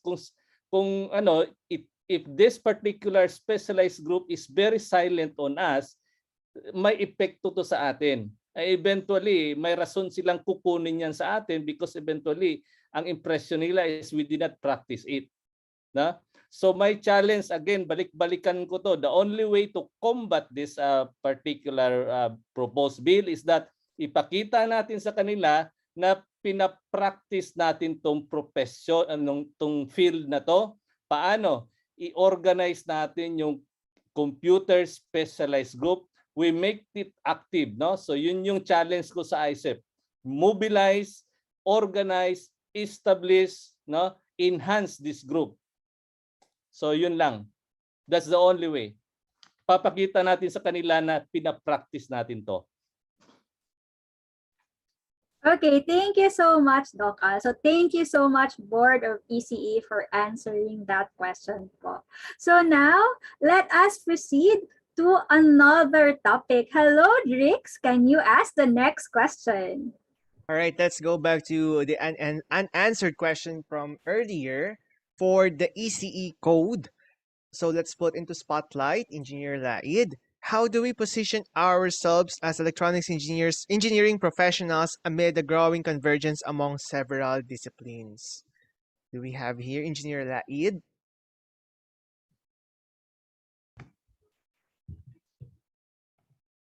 Yes, good evening, everyone. Pasensya na kanina, I was traveling from construction site, no? Medyo busy sa trabaho. Regarding the question, thank you for raising this concern, no? Basically, yung pinaka-topic natin is the emerging trends of technologies, no? Convergence, no? Among several disciplines din sa maliban sa technology. So I think all of us in the National BOD and the Board of ECE would agree. Most of their statement earlier really emphasize that all of us should arm ourselves to be competent in the field of electronics of engineering. No, on the part of the ECE Code Committee of IECEP National. Since 2020, when I started the chairmanship, we are starting to establish additional handbooks or codes for electronics of engineering. One is the CCTV. Then coming handbook later on, which will be open for critic review for IECEP chapters, practitioners, the data center. The incoming codes that we are developing, as mentioned earlier, the outside plant, which is we still don't have, the access control system, the physical security system, intrusion detection and alarm system. That's another one.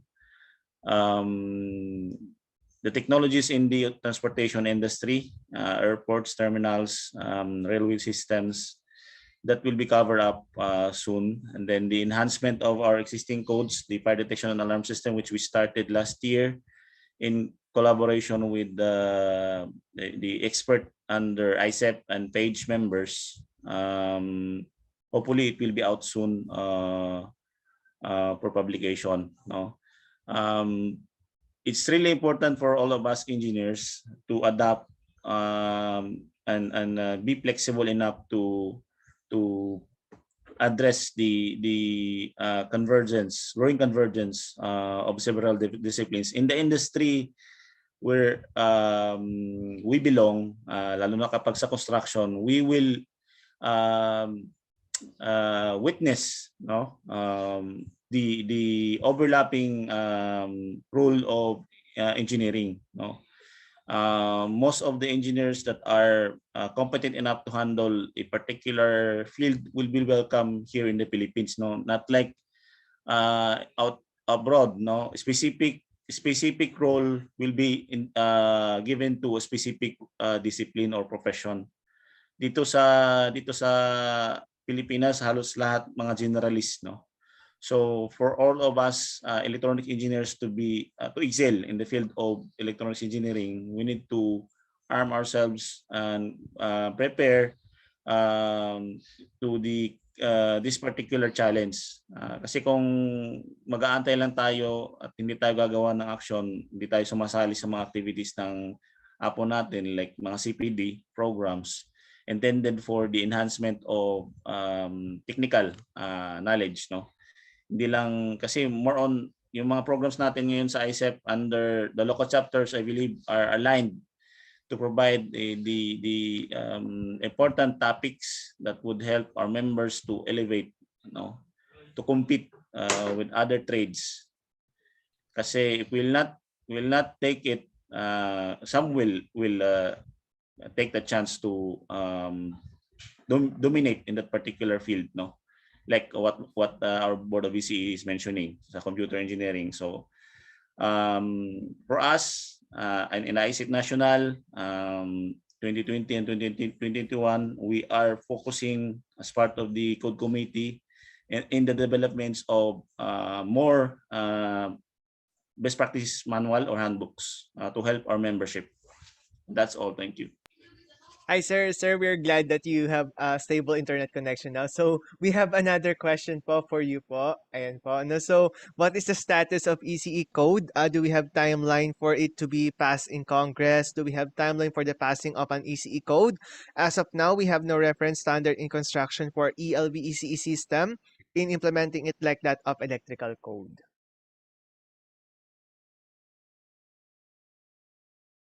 So, okay. Thank you for this particular question. No? So at the moment, what we have as a law is our own RE 9292. No, we still don't have an ECE code na pinaprocess for the Congress. No, but we cannot also say that yung electrical code and the other codes na nag-exist ngayon as reference in the building industry in the Philippines in practicing in engineering is masasabi nating batas din sila, no? Because the electrical code is not a law itself, no? Hindi siya batas, no? It's a code for it's a reference of practice lang. So hindi pa talaga siya batas, no? But hopefully in the part of IECEP National, no, in the coming years to come, whoever will be the next leaders of IECEP, no. So hindi na ako nagre-run. I allow myself to vacate the position so that to give chance to others, no, to serve IECEP National. Hopefully they would also pursue this particular important mission, no, na makapag-come up tayo ng sarili nating ECE code na supported under Congress, no? Batas talaga siya, so that we could say na yung mga practices natin is nasa batas po, hindi siya ano lang, hindi lang siya reference sa standard. So that's another milestone to achieve under IECEP with the help of our board of VCE. Okay, thank you so much, Engineer Laid, for all your inputs po. Bea. Yes, ma'am. Yes, Bea. Can I Yes, add ma'am, Michelle. something? Please? Sure po. Go ahead, ma'am. Okay, so thank you so much. Okay, this is all about the question about the BECE kanina, no? It's all about the overlapping, and of course, no, the question about the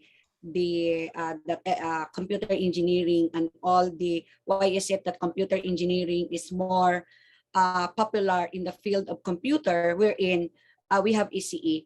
So my take on this, I just want to note to once and for all address this. In the IECEP, we take ownership in all our undertakings, and as in the IECEP, we can only do that much in terms of our delineation and in terms of work of IECEP, what is mandated in the Constitution and bylaws. Okay, we can only do that much as an organization. And of course, no, in membership concern, yes, we do accept, and of course, tawag dito, we take ownership para po doon sa membership natin. But again, ito po yung emphasis ko dito, we can only do that much. And I always believe that we have this Republic Act, very popular, RA 9292, and we have our BECE, and I always believe that the BECE should provide or steer the organization on what direction should be the direction kung ano ba talaga yung gusto po ng BECE na mangyayari po. We are your arm as an organization. But we again, dito po kasi sa IECEP, the way I understand and I understand organization IECEP, talagang nag-ano lang po kami ng membership dito, and we can also always provide kung ano yung gusto nyong mangyayari, anong gustong mangyayari ng BECE. But this time po, all the question, talaga pong this is not within our bounds, and hopefully, wala po tayong ano dito. Kasi I always, tinitingnan ko po talaga palagi na how I wish that our BECE can also provide instruction to IECEP. Okay, for the year 2021, ito yung gusto naming mangyayari and all of that. Kasi I have benchmarked so many organizations, especially in the PTC, it's all about 14 engineering profession. Okay, yun po ang ginagawa po kasi palagi. Even the BECE or the board of all, yung mga organization natin can even adopt codes to be provided to the organization, and it is not always the organization who will do all the nitty-gritty. Okay, that's the point in here. To address once and for all. Alam nyo, nagsapaw-sapaw na po talaga. Palagi tayong nagdidepensa sa lahat po, and is always go back to the IECEP. Kasi dapat i-delineate natin ang IECEP about the ICT once and for all. It is the work of the board of ECE po, ang manning requirements. And again, we can only do that much. When I was able to visit the national headquarters of BFP, sabi ng ano po doon, sabi sa akin ng newly installed na director, can you discuss with me about this? It is within your bounds. Okay, sorry po. It is not okay. Your board should have to discuss it with me. To be registered at least as an engineer. Okay, so ito po, to once and for all, ma-address na po natin yung, ito kasi nasa kausapan, it's all about IECEP po talaga yung napapaano po dito. So salamat po. I have done my professional registration. I have neglected my professional registration. So the second reason that I wanted to become moderator, can I legacy. Yes, can Sir I give Orbe. a short comment on that? Okay, sir. Yes, sir. Thank you, Michelle, President Michelle, for expressing your concern. No? It's really a work both by Board of ECE and also by IECEP. You are right, the direction should be coming from the board. It so happened during the last several years, the board is isolated from IECEP. I would say that because we were not even asked to attend your meeting. Unlike before,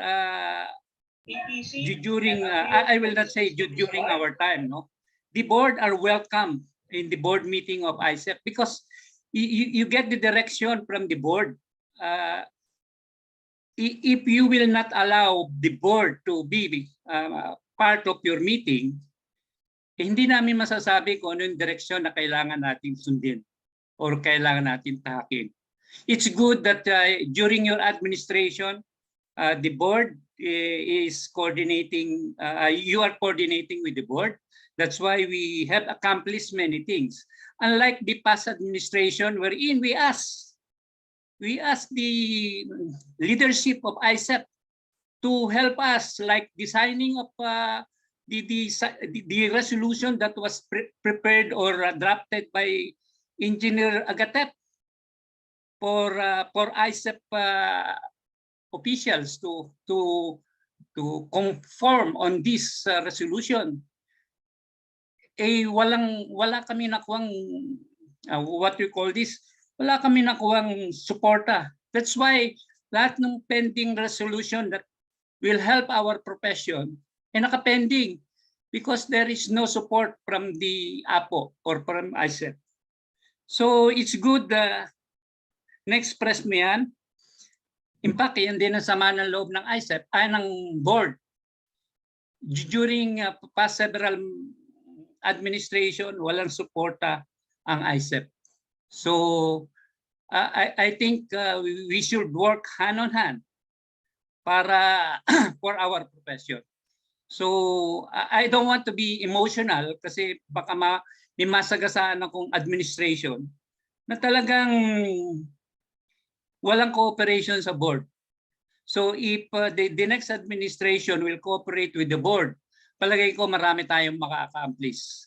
Yun lang, I will not go on to the details, but I assured you kung nandiyan pa ako sa board, we will provide the direction because talaga kailangan ang direction is coming from the board. So yun lang, I really don't want to be emotional on this because medyo nasasaktan din ako for the last administration, o hindi naman yung last administration per se, but there are several administration na talagang itsepera ang board. Sino ba ang board? In fact, gusto lang palitan ng board. So, yun lang. I don't want to be emotional. Thank you very much. Okay, thank you so much, Sir Orbe. Moderator, can I have the floor also? Okay, Sir Doc Al, yes, go ahead po, sir. The virtual floor is yours. Yeah, thank you very much for the opportunity. In fairness naman, medyo malinaw naman yung direction natin in some issues. Unang-una, the board wanted to establish a specialized group. And malinaw yan na instruction from the board to the APO, to IECEP. And then, as far as the code is concerned, malinaw yan, no? Na we let the APO do the drafting and then we are going to adapt it, no? So malinaw naman, no? Yung parang setting of direction. And as far as the code of standard is concerned, we give the liberty to the APO to draft the code, and then we after you submit it to us, we follow some protocols, no? And then eventually, kung matapos yung mga protocols, we are going to adapt it, no? Another thing, I'd like to repeat it, no? Yung malinaw na direction is to establish the specialized group. Yun yung medyo malinaw na direction natin, no? Tayong lahat, no? Dapat we proceed in one direction with regards to that aspect. So yun lang. Okay, thank you so much, Doc Al, for those words po. So I think Sir Agatep wants to give comment. So sir, you are being recognized. Yeah, good evening. Thank you for recognizing me. Yeah, I think number one, I like to comment on the ECE code. No? My advice to those who are member of the ECE code, there are several existing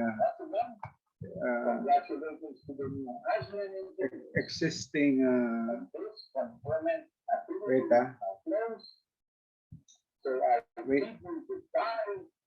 Okay, sir. I think we are hearing your background noise, sir. That's right. That's right. I think. No, my advice to those who are member of the ECE code, there are several existing code, like the electrical code. The electrical code is not a law. It's electrical code. It's being used worldwide, and it's being used by the electrical engineers. In fact, even the electronics engineers. So if you look on the electrical code, it's combined electrical electronics code.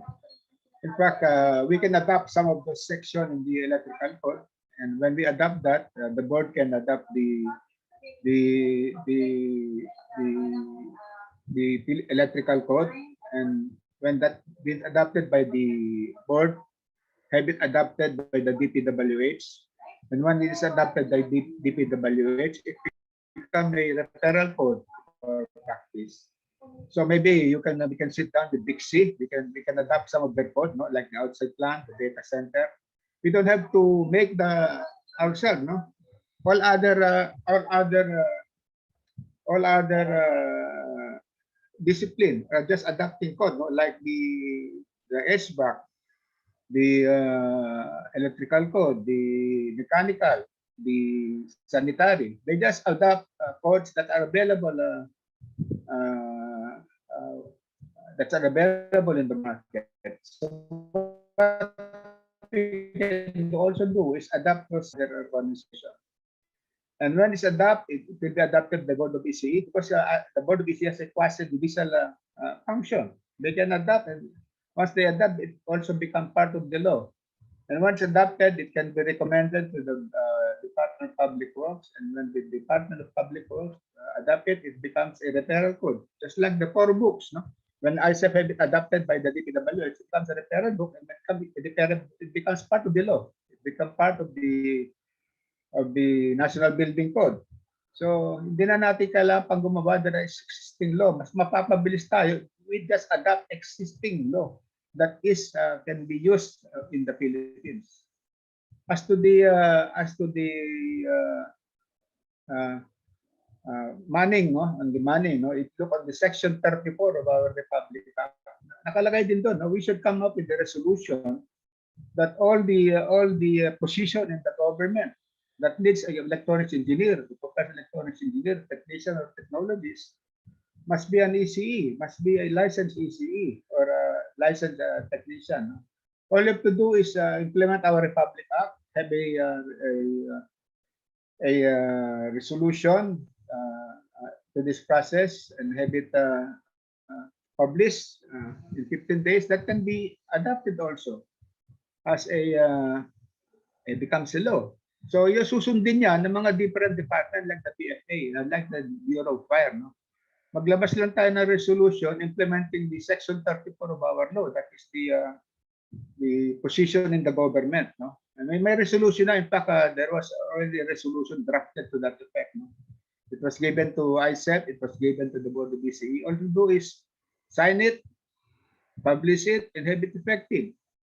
Then yung position in the government, in fact, meron na yan eh. Umikot na noon yan during the time na ng ibang presidente, no? Na-discuss na rin namin sa civil service yan, bumalik na sa mga different government agencies. Hindi lang na follow up, no? Nandoon na yan. All to do is follow all those resolutions that was given to the civil service at that time. And that's the reason why also the page was created because of that. So ang importante lang talaga rito is we work hand in hand with the board. We have worked hand in hand with the membership. At ilabas itong resolution na. And section 34, pwede na yun, no? Resolution mandating all the government agency to hire ECE, electronics engineer, professional electronics engineer or technician as part of the government agency sa plantilla position. Meron na yan. In fact, meron isang malaking I think during the time of I forgot. I think time ni Oran Vicente, nang gumawa na kami ng mga published, no, listing of ECEs that needs to be had in the government position. I think Opelia is there, no, from CHED. Siyang nag-compile ng mga yan. So nandoon na, no, ang kailangan lang natin is ipatupad itong mga ginawa ng mga board. Thank you. Salamat. If there is some question, I am ready to answer. Okay, thank you so much, Sir Agatep. All right, so I think that wraps up our IECEP CA-USAP. So I know that there are what we call this pressing issues or comments at the last part, but I believe that our panelists will able to resolve this as soon as possible, because I believe that our panelists are here for us, are thinking of the welfare of the ECEs. So I believe on that. So let us take everything in a positive note. All right. So I know that there are many unanswered questions, guys. So do not worry. We will be collecting this one and we will be handing it over to our panelists. So all right. So at this juncture, we will be giving, we'll be calling the following IECEP governors to award the Certificate of Appreciation. So start off, we have the IECEP Bohol Governor, Engineer Jeris Marmito, and we have our Iloilo Western Visayas Governor, Engineer DG Gallega. Also, we have our governors from IECEP Quezon Province, Engineer Renante Abuyan, and IECEP Bahrain Chapter Governor, Engineer Maurice Roland D. Evangelista. Also here with us is the ISEP Bataan Governor, Engineer Siren Claire M. Armeza, and the Governor of ISEP Ilocos Norte, Engineer Wilson S. Duldulao. Alright, to award the certificates po, Engineer Marmito.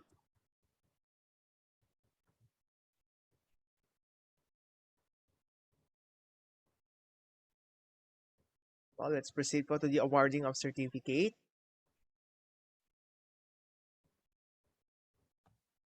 Okay.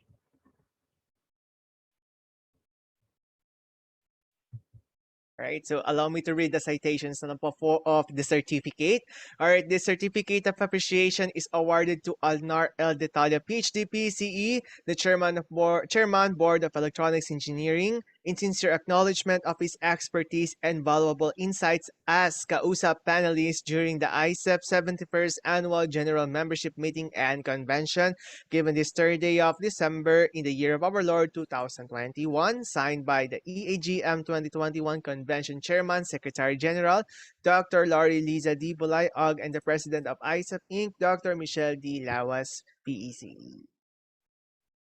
Okay, so I think they are having other issues. So let us proceed to the awarding of certificate. So next is the same certificate is awarded to Enrico Claro R. Del Moro, our PECE, the member of the Board of Electronics Engineering. Next. So the same certificate is awarded to Herminio J. Orbe, PECE, the member of the Board of ECE. So now let us call on Engineer Daiji Gallega, the Iloilo Western Visayas Governor, to award the certificate. Hello?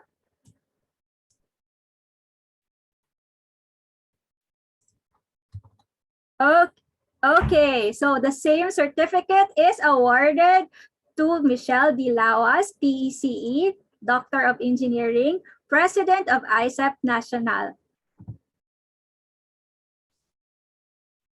Okay. Next is Engineer Renante Abuyan.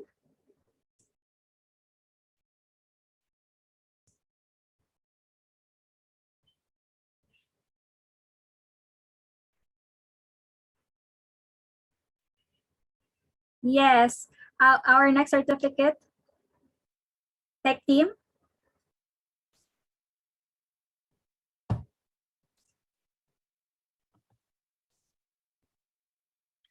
Certificate of Appreciation is awarded to Engineer Anthony M. Laid, IECEP National Auditor, in sincere acknowledgement of his expertise and valuable insight as CA-USAP panelist during the Institute of Electronics Engineers of the Philippines Incorporated 71st Annual General Membership Meeting and Convention, given this 3rd day of December in the year of our Lord 2021, signed by Dr. Lori Liza D. Bulayog, e-AGM 2021 Convention Chairman, Secretary General, and Dr. Michelle D. Lawas, PECE IECEP National President.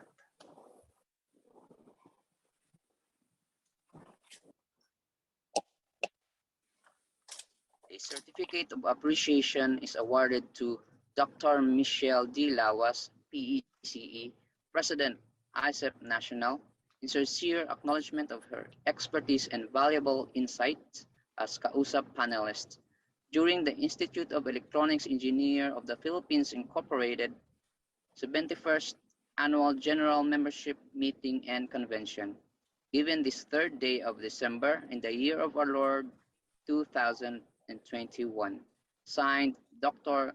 Lori Liza D. Bulayag, e-AGM 2021 Convention Chairman, Secretary General.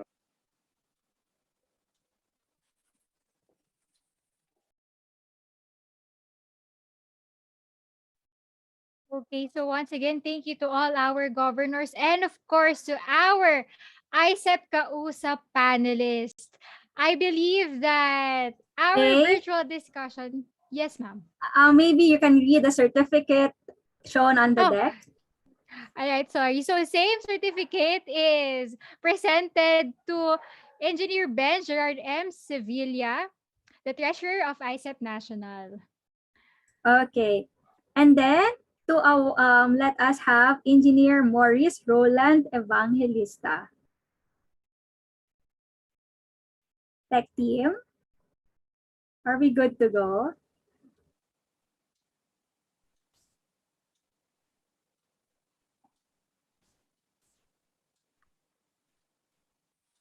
Hello. Yes. Yes, sir. Yes. This certificate of appreciation is awarded to Jesse O. De Toro, PECE, ACPE, and AE, Vice President Internal, ICEP National, in sincere acknowledgement of his expertise and valuable insights as CA-USAP panelist during the Institute of Electronics Engineers of the Philippines Incorporated 71st Annual General Membership Meeting and Convention, given this 3rd day of December in the year of our Lord, 2021. Signed by Dr. Lori Lisa D. Bulay Og, e-AGM Convention Chairman, Secretary General, and Dr. Michelle D. Lawas, PECE President. Thank you.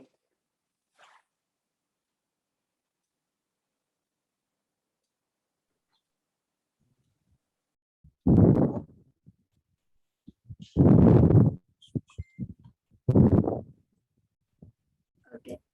Sir Brian, are you Okay, going to award a certificate? yes, ma'am. Go ahead, sir. Okay, good evening, everyone. On behalf of ICEP Incorporated, this certificate of appreciation is awarded to Ray Xavier L. Tristeza, Professional Electronics Engineer, ASEAN Chartered Professional Engineer, and ASEAN Engineer, and also the President of the Philippine Association of Government Electronics Engineers Incorporated, in sincere acknowledgement of his expertise and valuable insights as kausap panelists during the Institute of Electronics Engineers of the Philippines Incorporated 71st Annual General Membership Meeting and Convention, given this 3rd day of December in the year of our Lord, 2021. Signed by Dr. Lori Lisa D. Bulayog, e-AGM 2021 Convention Chairman, and also the ICEP Incorporated Secretary General, and by Dr. Michelle D. Lawas, PECE, the President of ICEP Incorporated. Congratulations, sir.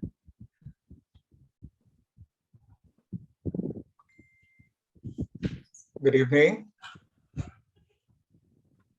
It is my distinct and honor to present to you the Certificate of Appreciation awarded to Dr. Lori Liza D. Bulayog, PECE, DN, Secretary General of ICEP National, in sincere acknowledgement of her expertise and valuable insights as kausap panelist during the Institute of Electronics Engineers of the Philippines Incorporated 71st Annual General Membership Meeting and Convention, given this 3rd day of December in the year of our Lord, 2021.